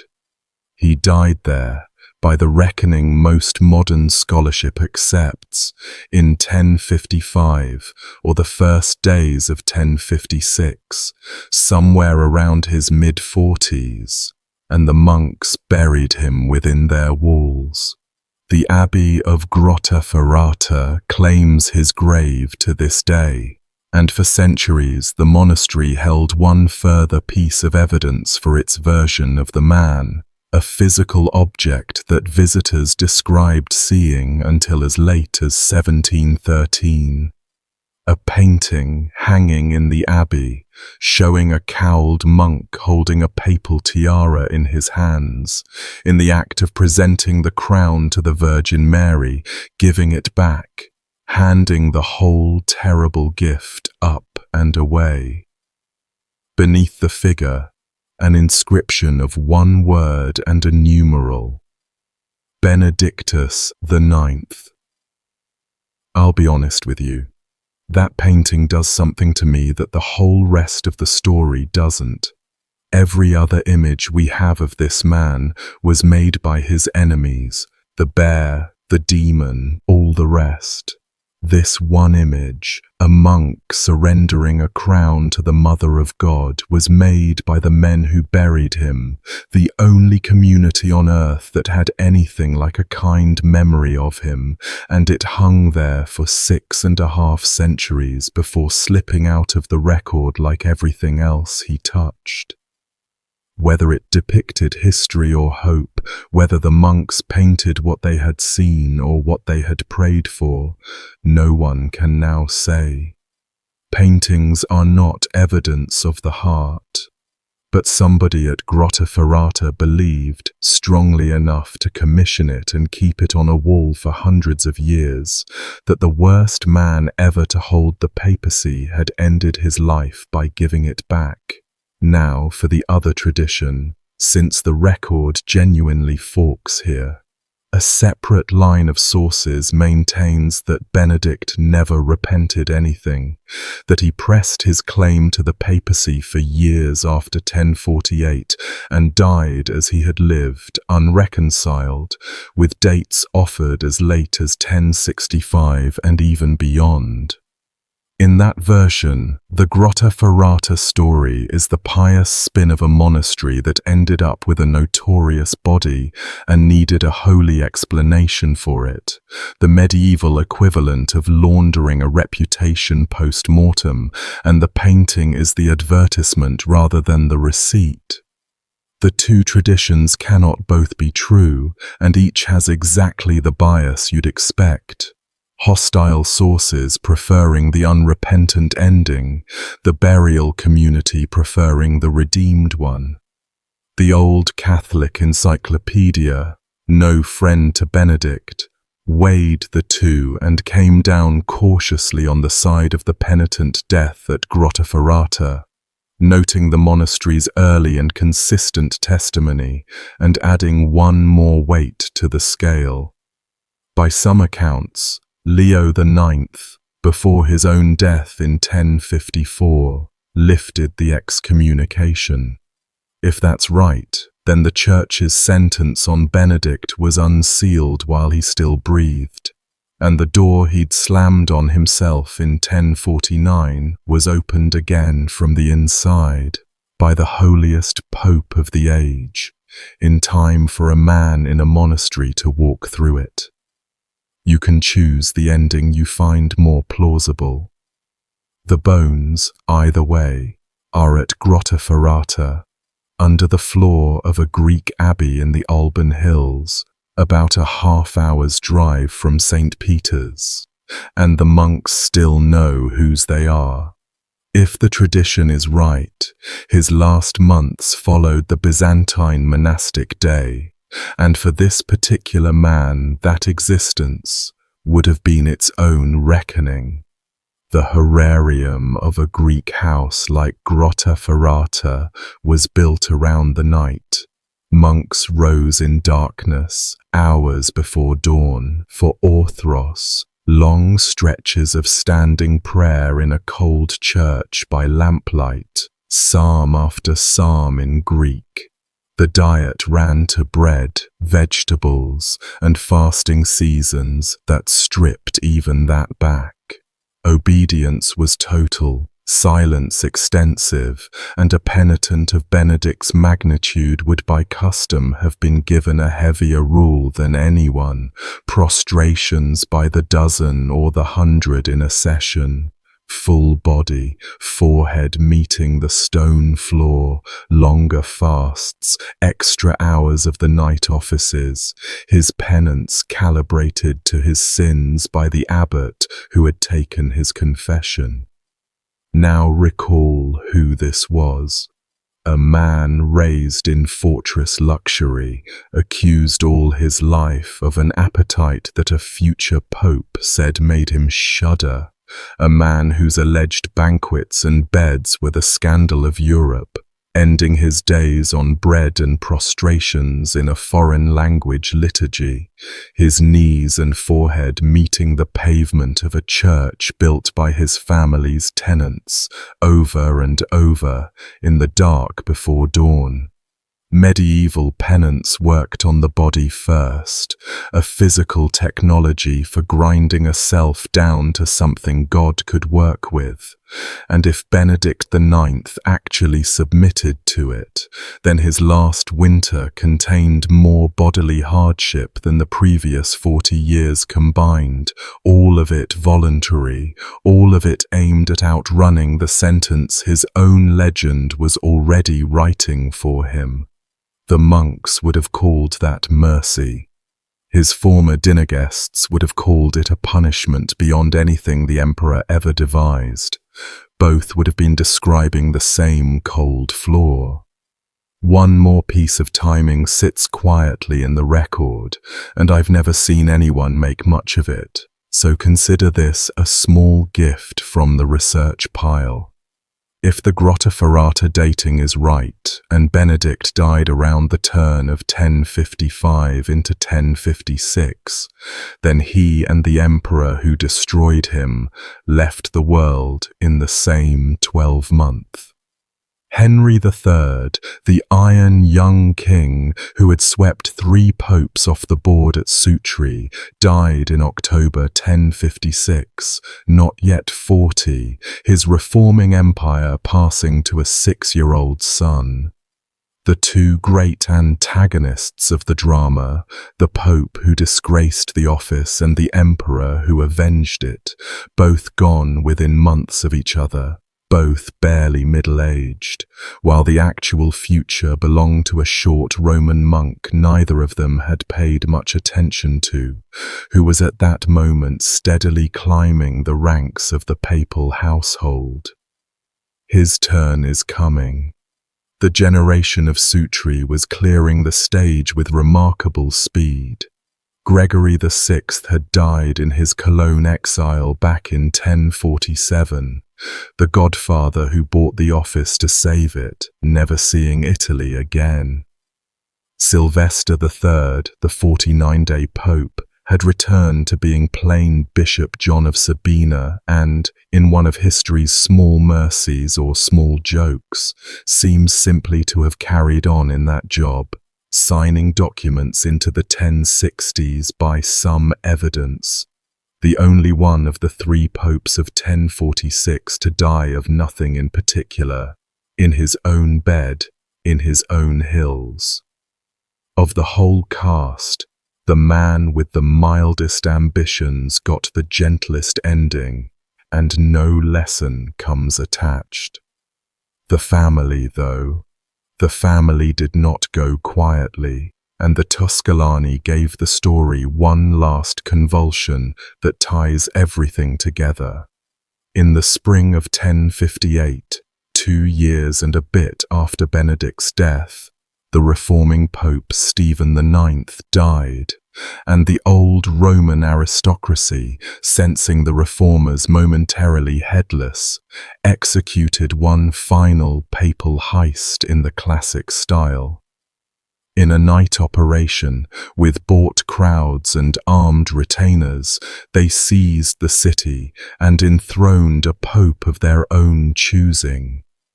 Their choice was a bishop of Velletri named John, called Mincius. John was a son of Guido of Tusculan. Guido was Benedict IX's brother. The counts of Tusculan, given one last shot at the chair, reached into the same bloodline and pulled out Benedict's own nephew. And the nephew, in a touch that tips over from dynastic pride into something like dark comedy, took as his papal name Benedict X. Uncle Benedict, nephew Benedict, the family brand stamped one final time on the throne of the apostles. It lasted months. The reformers, led by that short Roman monk, Hildebrand, regrouped in Tuscany, elected a rival pope, borrowed Norman swords, and took Rome back by force in early 1059. The nephew fled, was hunted, was besieged in a fortress at Galleria, surrendered, and was subjected to a formal degradation with a flavor of the family's own history about it, stripped of his rank in a public ceremony, by some accounts made to lie prostrate while charges were pronounced over him, then confined for the rest of his life around a Roman church, a prisoner in vestments. He reportedly protested to the end that the whole thing had been forced on him, that his relatives had made him pope at sword point against his will, and given this family, the excuse is entirely believable and did him no good whatsoever. And directly out of that final Tusculan outrage came the reform that changed the papacy forever, the one you can draw a straight line to from Benedict's career. In April 1059, Pope Nicholas II convened a synod at the Lateran and issued a decree on papal elections, and its core provision was aimed like a lance at everything the previous 150 years had been. From now on, popes would be chosen by the cardinal bishops, the senior clergy of the Roman Church deliberating as a body, with the rest of clergy and people reduced to assent, and Roman nobles cut out of the process entirely. The College of Cardinals, the institution that to this day files into the Sistine Chapel under Michelangelo's ceiling, locks the doors, and sends up its smoke, exists as a direct countermeasure to the House of Tusculan. Every conclave you have ever watched on the news is, structurally, a fortification built against the family of Benedict IX, a mechanism designed by men who had personally watched a count buy the throne of Peter for his child and were determined to die before it happened again. Institutions remember trauma longer than people do. The Church has now spent close to 1,000 years electing popes inside a locked room precisely so that no one can ever again do what Alberic III did in October 1032. The Tusculani themselves faded from Rome across the next century, feuding with the city, backing losing sides, until Roman forces finally razed Tusculan itself to the ground in 1191, so thoroughly that the town has never been re-inhabited, its ruins still sitting empty on the hilltop above Frascati. The bloodline, though, survived through a branch that took its name from one of the family properties, a place called Colonna. The Colonna became one of the two great baronial houses of medieval and Renaissance Rome, produced cardinals by the dozen and a pope of their own in the 1400s, and exist to this day, princes still, with a palace in the middle of Rome you can visit on Saturday mornings. Benedict IX has living relatives with a gallery of old masters. Meanwhile, Hildebrand, the exile's chaplain, became Pope Gregory VII in 1073 and pushed the reform to its summit, claiming powers no pope had claimed before. And in 1077, he brought an emperor, Henry IV, son of the man who had presided at Sutri, to stand barefoot in the snow for 3 days outside the castle of Canossa begging papal absolution. Within 30 years of Benedict's death, the office he had treated as a family chattel had been rebuilt into a power that could humiliate emperors in the snow. Whether that transformation was the Church's salvation or just a grander form of the same appetite is a debate for a different video. Either way, the men who built it were open about their motive. Never again the boy on the throne, the gold in the palms, the cords under the cloaks, the Pope in the woods at night. Never that name again. The strangest part of his afterlife is still ahead, but one thing the horror stories tend to crowd out needs its turn first, and it may unsettle you more than the orgies do. For all 16 of those years, in between everything we've described, Benedict IX was also, functionally, doing the job. The machinery of the papacy ground on around him, documents went out under his name, and some of what he did as pope sits very oddly next to the rest of the file. In 1035, for instance, this same man performed one of the earliest formal papal canonizations in the Church's history. A hermit named Simeon, a monk born in Syracuse who had travelled half the known world, Constantinople, the Holy Land, Rouen, before walling himself up in a cell in the old Roman gate tower at Trier in Germany, died there in 1035 with a reputation for holiness, and it was Benedict IX who declared him a saint of the Universal Church. St. Simeon of Trier is on the calendar to this day, and the signature underneath his sainthood belongs to the alleged demon of the Lateran. 4 years later, in 1039, Duke Bretislaus of Bohemia led a war raid into Poland and looted the cathedral city of Gniezno, and the prize his soldiers carried home was a corpse. The relics of Saint Adalbert, pried up and stolen at sword point, sacred grave robbery on a national scale. The case landed, as such cases did, on the Pope's desk, and Benedict handled it more or less by the book, condemning the theft and imposing penance on the Duke, who was made to found a monastery in atonement.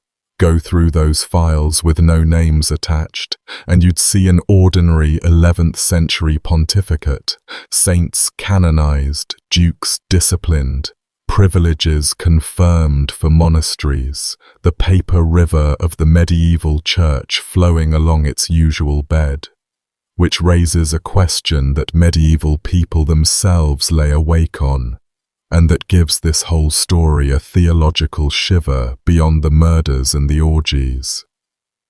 If the man at the altar is what the sources say Benedict was, do the sacraments he performs count? Every priest he ordained, every bishop he consecrated, every mass he sang, every absolution he pronounced over some dying Roman, every marriage blessed, every saint canonized, all of it flowing from hands that were, allegedly, the hands of a rapist and a killer. Did any of it work? The Church had actually settled this question centuries earlier against a movement called the Donatists, and its answer is one of the more remarkable pieces of doctrine ever formulated. The sacraments work regardless. Their power comes from Christ. The doctrine runs and passes through the minister the way water passes through a pipe, and a filthy pipe still delivers the water. The teaching exists precisely so that the faithful never have to audit their priest's soul before trusting their baptism.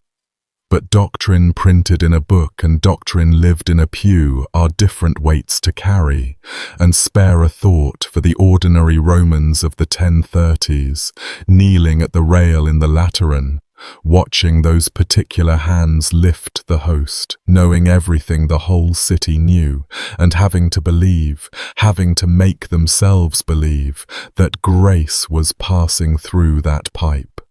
Some of them surely managed it. Some of them, one suspects, looked up at the man and felt the floor of their faith move.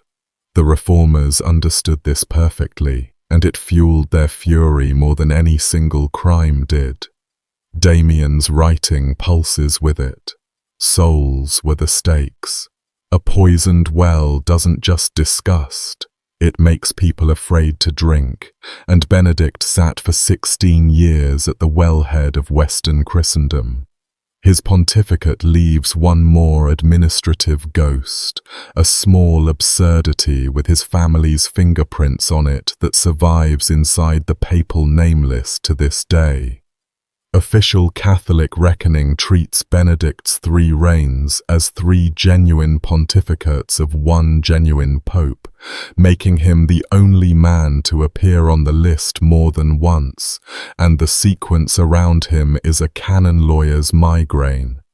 If his resignation in 1045 was valid, then Gregory VI was a true pope, who was nonetheless deposed for buying the office, and if the resignation wasn't valid, then Gregory paid a fortune for nothing, and Clement II reigned while the real pope sulked in the hills.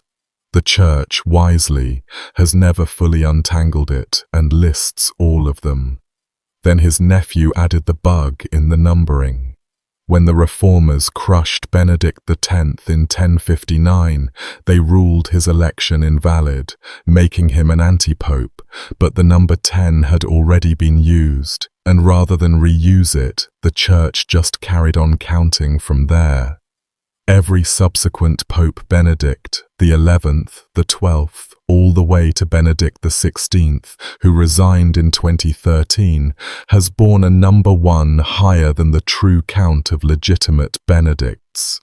The Tusculan family error is baked permanently into the papal succession, a typo in the Church's own register, planted there by the nephew of the man who sold the office. Institutions, as I said, remember trauma. Sometimes they also inherit the bookkeeping mistakes. People are usually surprised, with a figure this notorious, at how little of him physically survives. We have no idea what Benedict IX looked like. No contemporary portrait survives, no physical description, not the color of his hair, not his height, nothing.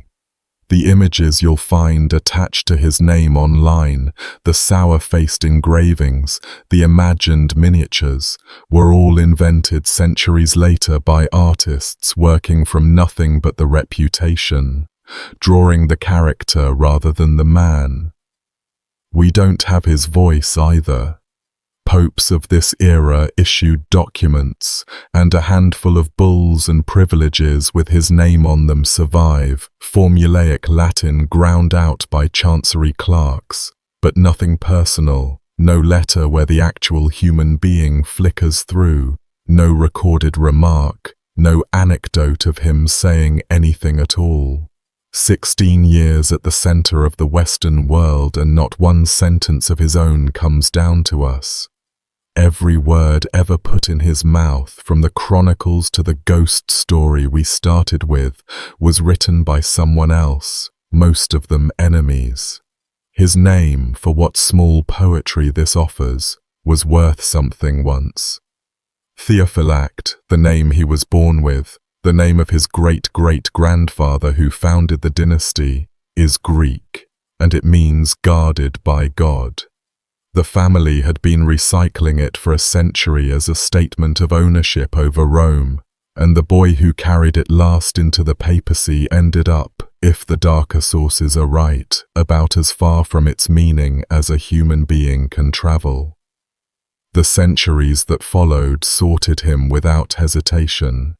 Cardinal Baronius, the great Catholic historian of the 1500s, working through this whole era for his massive Annals of Church History, coined for the 10th century the label that stuck, the Dark Age, the Iron Age of the Papacy, and he wrote about the popes of the Tusculan machine with a candor that surprises people who expect church historians to whitewash, treating Benedict as the rotten fruit at the end of a rotten century.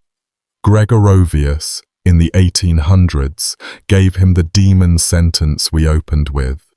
The Old Catholic Encyclopedia, an official-minded reference work written by priests, summed him up in 6 words with no appeal filed since. He was a disgrace to the chair of Peter. That's the Church's own reference literature talking about one of its own popes, and the entry doesn't even pretend to look for mitigating circumstances beyond the youth and the family. More recent scholarship, as we've discussed, has picked carefully at the edges, sorting early accusations from late ones, weighing the politics of each accuser, wondering aloud how much monster and how much smear. But nobody, in 1,000 years of revisionism-friendly historiography, has ever attempted an actual rehabilitation. Some reputations attract defenders eventually. Richard III has societies. Nero has revisionists. Benedict IX has nobody, and after 10 centuries, no one has yet stepped forward to argue his side, any more than they did in 1045. Even the institution whose supreme office he held 3 times looks back at him the way a family looks at the relative nobody names at dinner.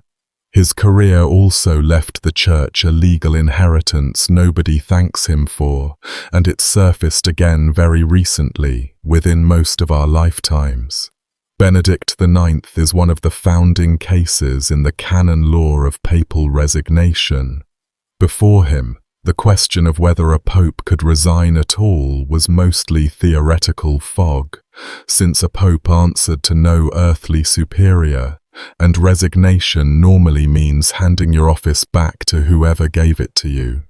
When Benedict wanted out in 1045, his advisors had to reason their way to the position that a pope could renounce the office into no one's hands, a pure abdication, and the fact that his particular renunciation came with an invoice attached tangled the precedent from the start. The canonists of the following centuries kept returning to the 1040s as their case file. When Celestine V, the holy hermit dragged onto the throne in 1294, wanted to resign after 5 months, the lawyers dusted off Benedict and Gregory VI to establish that abdication was possible at all, and Celestine's resignation then became the clean precedent that Benedict's dirty one couldn't be. And when Benedict XVI stunned the world by resigning in February 2013, the first pope to do so freely in 6 centuries, the historical articles that flooded out in the following days all had to include, somewhere around paragraph 5, the awkward ancestor of the whole tradition, the other Benedict, the one who resigned for gold and a girl and then tried to take it back. Every legal road to a pope leaving office alive runs at its beginning through the deal of May 1st, 1045. The most disgraceful transaction in papal history quietly fathered one of the papacy's modern mercies, the ability to lay the office down, and I doubt anyone at the 2013 press conferences enjoyed the genealogy. While we're tracing what he left behind, the woman herself never appears again. The cousin, the daughter of Gerard de Saxo, the person for whom, by tradition, the papacy itself was sold, enters the record as a marriage prospect in 1045 and then vanishes from history so completely that we don't even know her name. Whether she refused him, whether her father did, whether she lived out her life in Rome watching the man who had traded St. Peter's chair for her hand get excommunicated and buried, no source says. She's a blank where the story's hinge should be. Half the catastrophe of 1045 turned on her existence. The whole cascade of rival popes and imperial intervention flowing in part from one intended wedding, and the bride is a shadow without a face or a name, which feels, by this point in the story, entirely in keeping. The record around Benedict IX eats people. His alleged victims went unnamed, his bride went unnamed, and even his own face is gone. What survives is the damage and the paperwork. Now the ghosts. I promised we'd come back to the thing at the mill, and the road there runs through the 11th century's dealings with its dead, a subject the age took seriously, and never more seriously than when the dead had been popes. Medieval Europe had a whole literature of the returning dead, revenants, apparitions, souls granted leave from purgatory to beg the living for help, and Peter Damian, of all people, was one of the genre's great collectors. Scattered through his letters are ghost stories he plainly believed, told with names and places, and one of them involves this very family, so here it is. Damian relates that after the death of Pope Benedict VIII, our Benedict's capable uncle, the dead pope, appeared to a bishop riding a black horse. The bishop, terrified, asked how the pope fared in the other world, and the apparition answered that he suffered, that he was in torment, but that he might yet be helped. He directed the bishop to a specific chest, in a specific place, holding money he had wrongly kept in life, and begged that it be given to the poor for the relief of his soul. The living checked. The chest was where the dead man said it was. The alms went out, and in the sequel to the story the Pope appeared once more, at peace now, to say the debt was paid. Whatever you make of that as evidence, its shape carries the whole medieval theology of death in miniature. The uncle's ghost is in pain, but in the system. He suffers, he negotiates, and in the end, he is saved. Purgatory, in these stories, is a debtor's prison with visiting hours, and even a worldly pope's soul is a soul in process, moving, however slowly, toward the light. What the tradition did with the nephew sits in another world entirely, and the contrast lands like ice water. The tale we opened with, The Hermit and the Mill, reaches us mainly through a 13th century Dominican chronicler named Martin of Opava, whose Chronicle of the Popes and Emperors became the desk encyclopedia of half the monasteries in Europe. Martin says he got the story from Peter Damian, and right there the sourcing wobbles. The surviving works of Damian contain no trace of it, and Martin, for all his popularity, was famously uncritical about a good story. This is, after all, the same chronicler whose pages did more than any other to spread the legend of Pope Joan, the fictitious female pope supposedly unmasked when she gave birth in the middle of a procession. Martin printed the legends the age wanted, and the age wanted this one.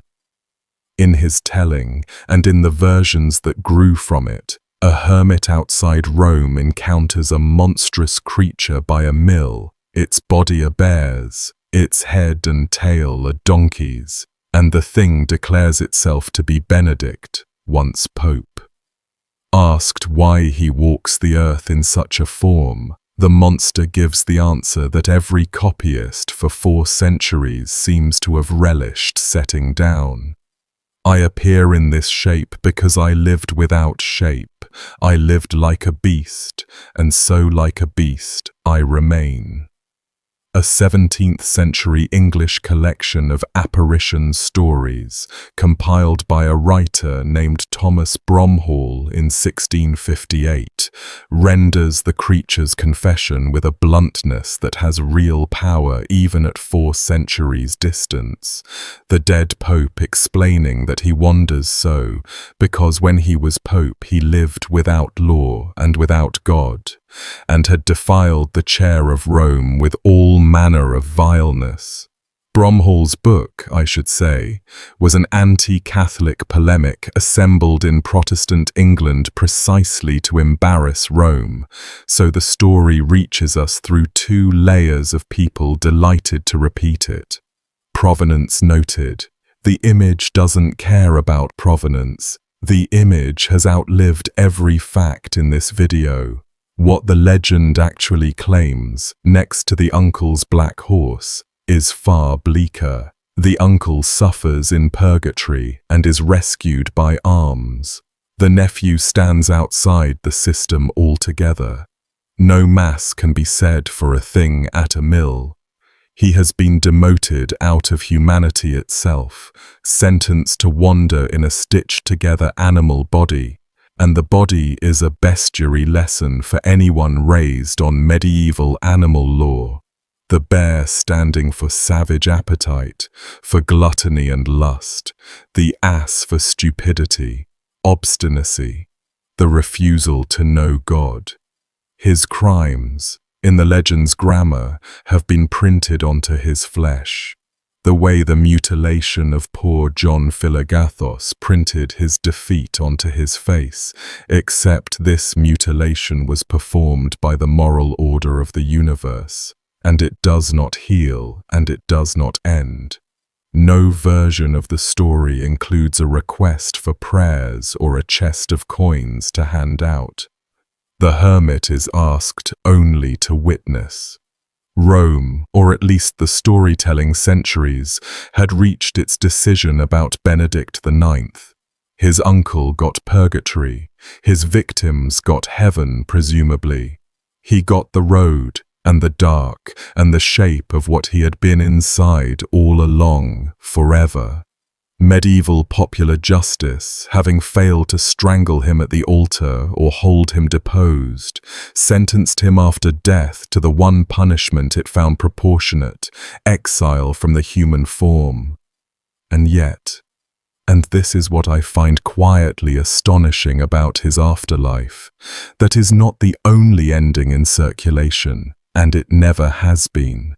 The bear at the mill and the monk with the tiara have coexisted for close to 1,000 years, 2 completely irreconcilable verdicts on the same soul, copied and recopied by different communities down the centuries, side by side. In one tradition, he is beyond salvation, a walking damnation on a country road.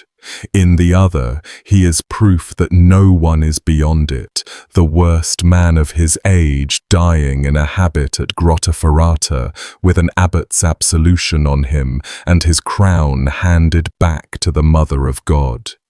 Damnation and redemption, both fully upholstered, both attached to the same name, and the sources give you no honest way to close the gap. Most figures from history get one afterlife.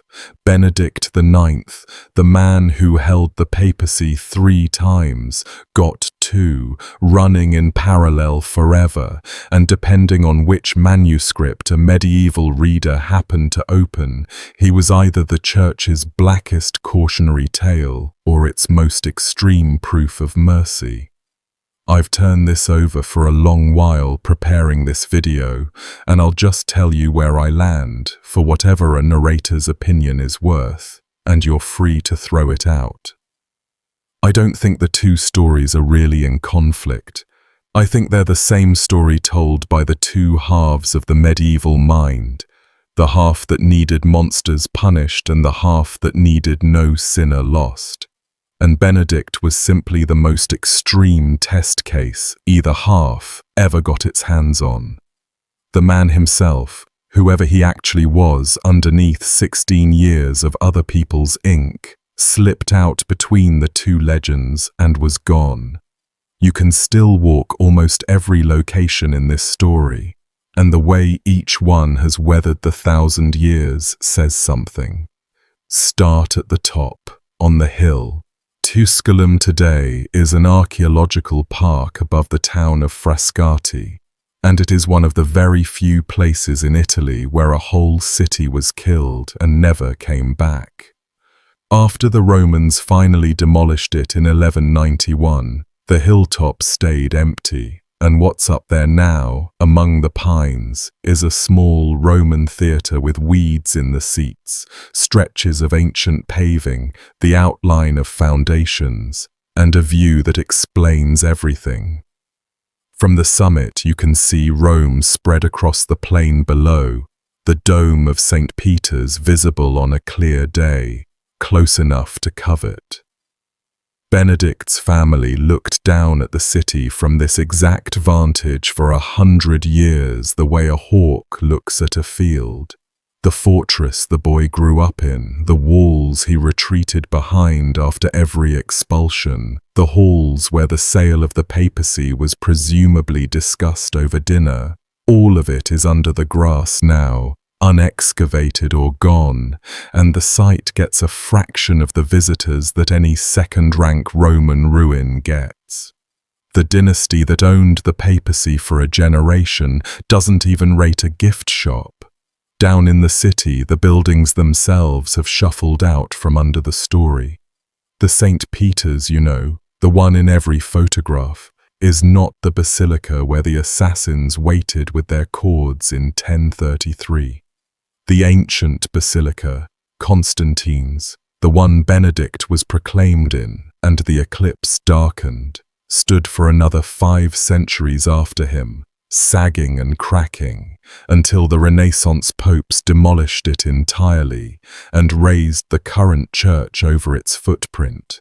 So the floor where the conspirators stood is somewhere under Bernini's marble, out of reach. The Lateran Palace, scene of the alleged orgies, burned twice in the 1300s and was rebuilt from scratch, so those rooms are gone too.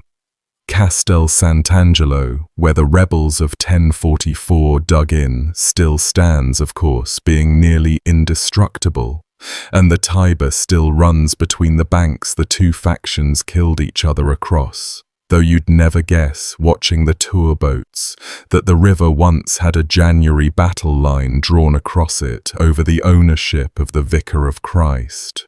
Rome is very good at digesting its horrors. Give it enough centuries and it turns anything into a nice place to eat lunch.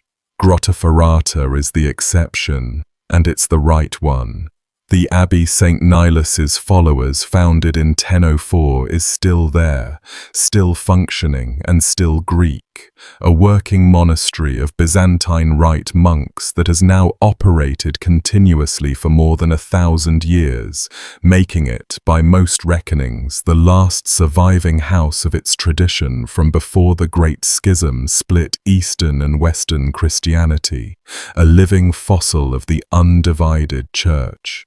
The complex sits behind serious fortress walls, added in the 1400s by a warlike cardinal, so the whole thing looks less like a monastery than a castle with a bell tower.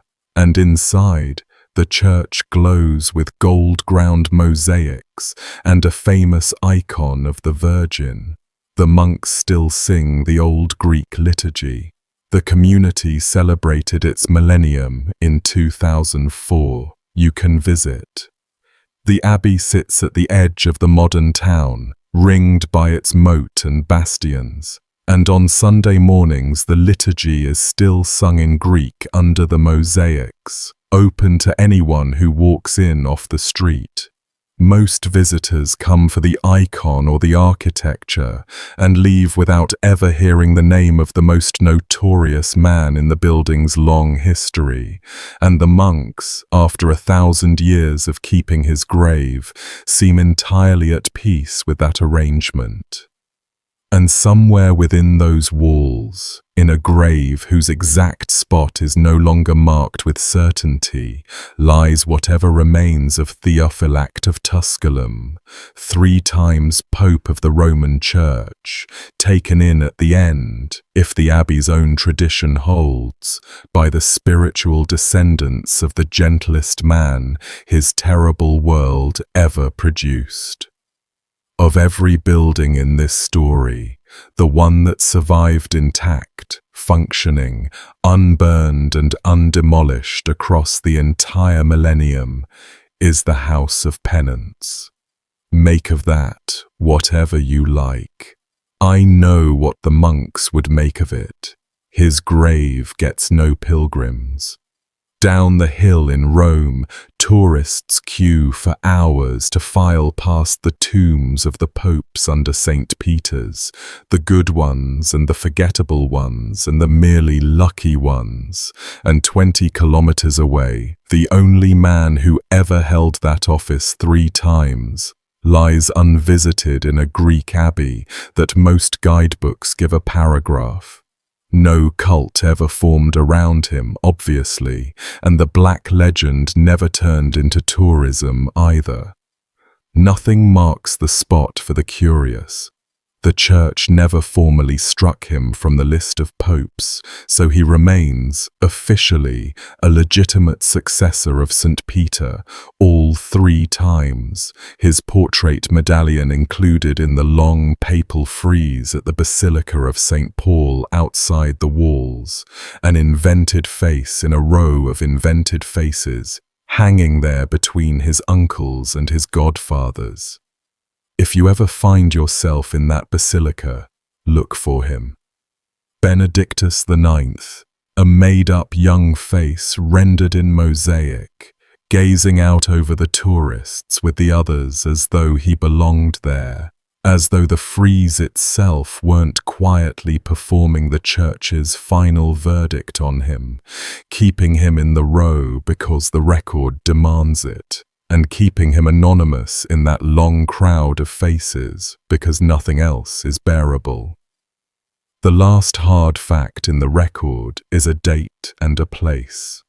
In late 1055, or the opening days of 1056, at the monastery of Santa Maria di Grottaferrata in the Alban Hills, a man in his middle 40s died, and the monks buried him beneath their church. Somewhere below that floor, the bones keep the only version of him that's true, and they have never said a word. Honestly, this one rearranged some furniture in my head while I was researching it, and I suspect it'll sit with a few of you the same way. If it did, the single best thing you can do is share the video with someone who'd appreciate it. Everything else that keeps this channel alive, the Patreon and the YouTube memberships, is linked down in the description and in the pinned comment. And to everyone already supporting, you genuinely make these long ones possible, and I don't take it lightly. Tell me in the comments which ending you believe, the monk or the beast. I go through every one of them. Good night, everyone.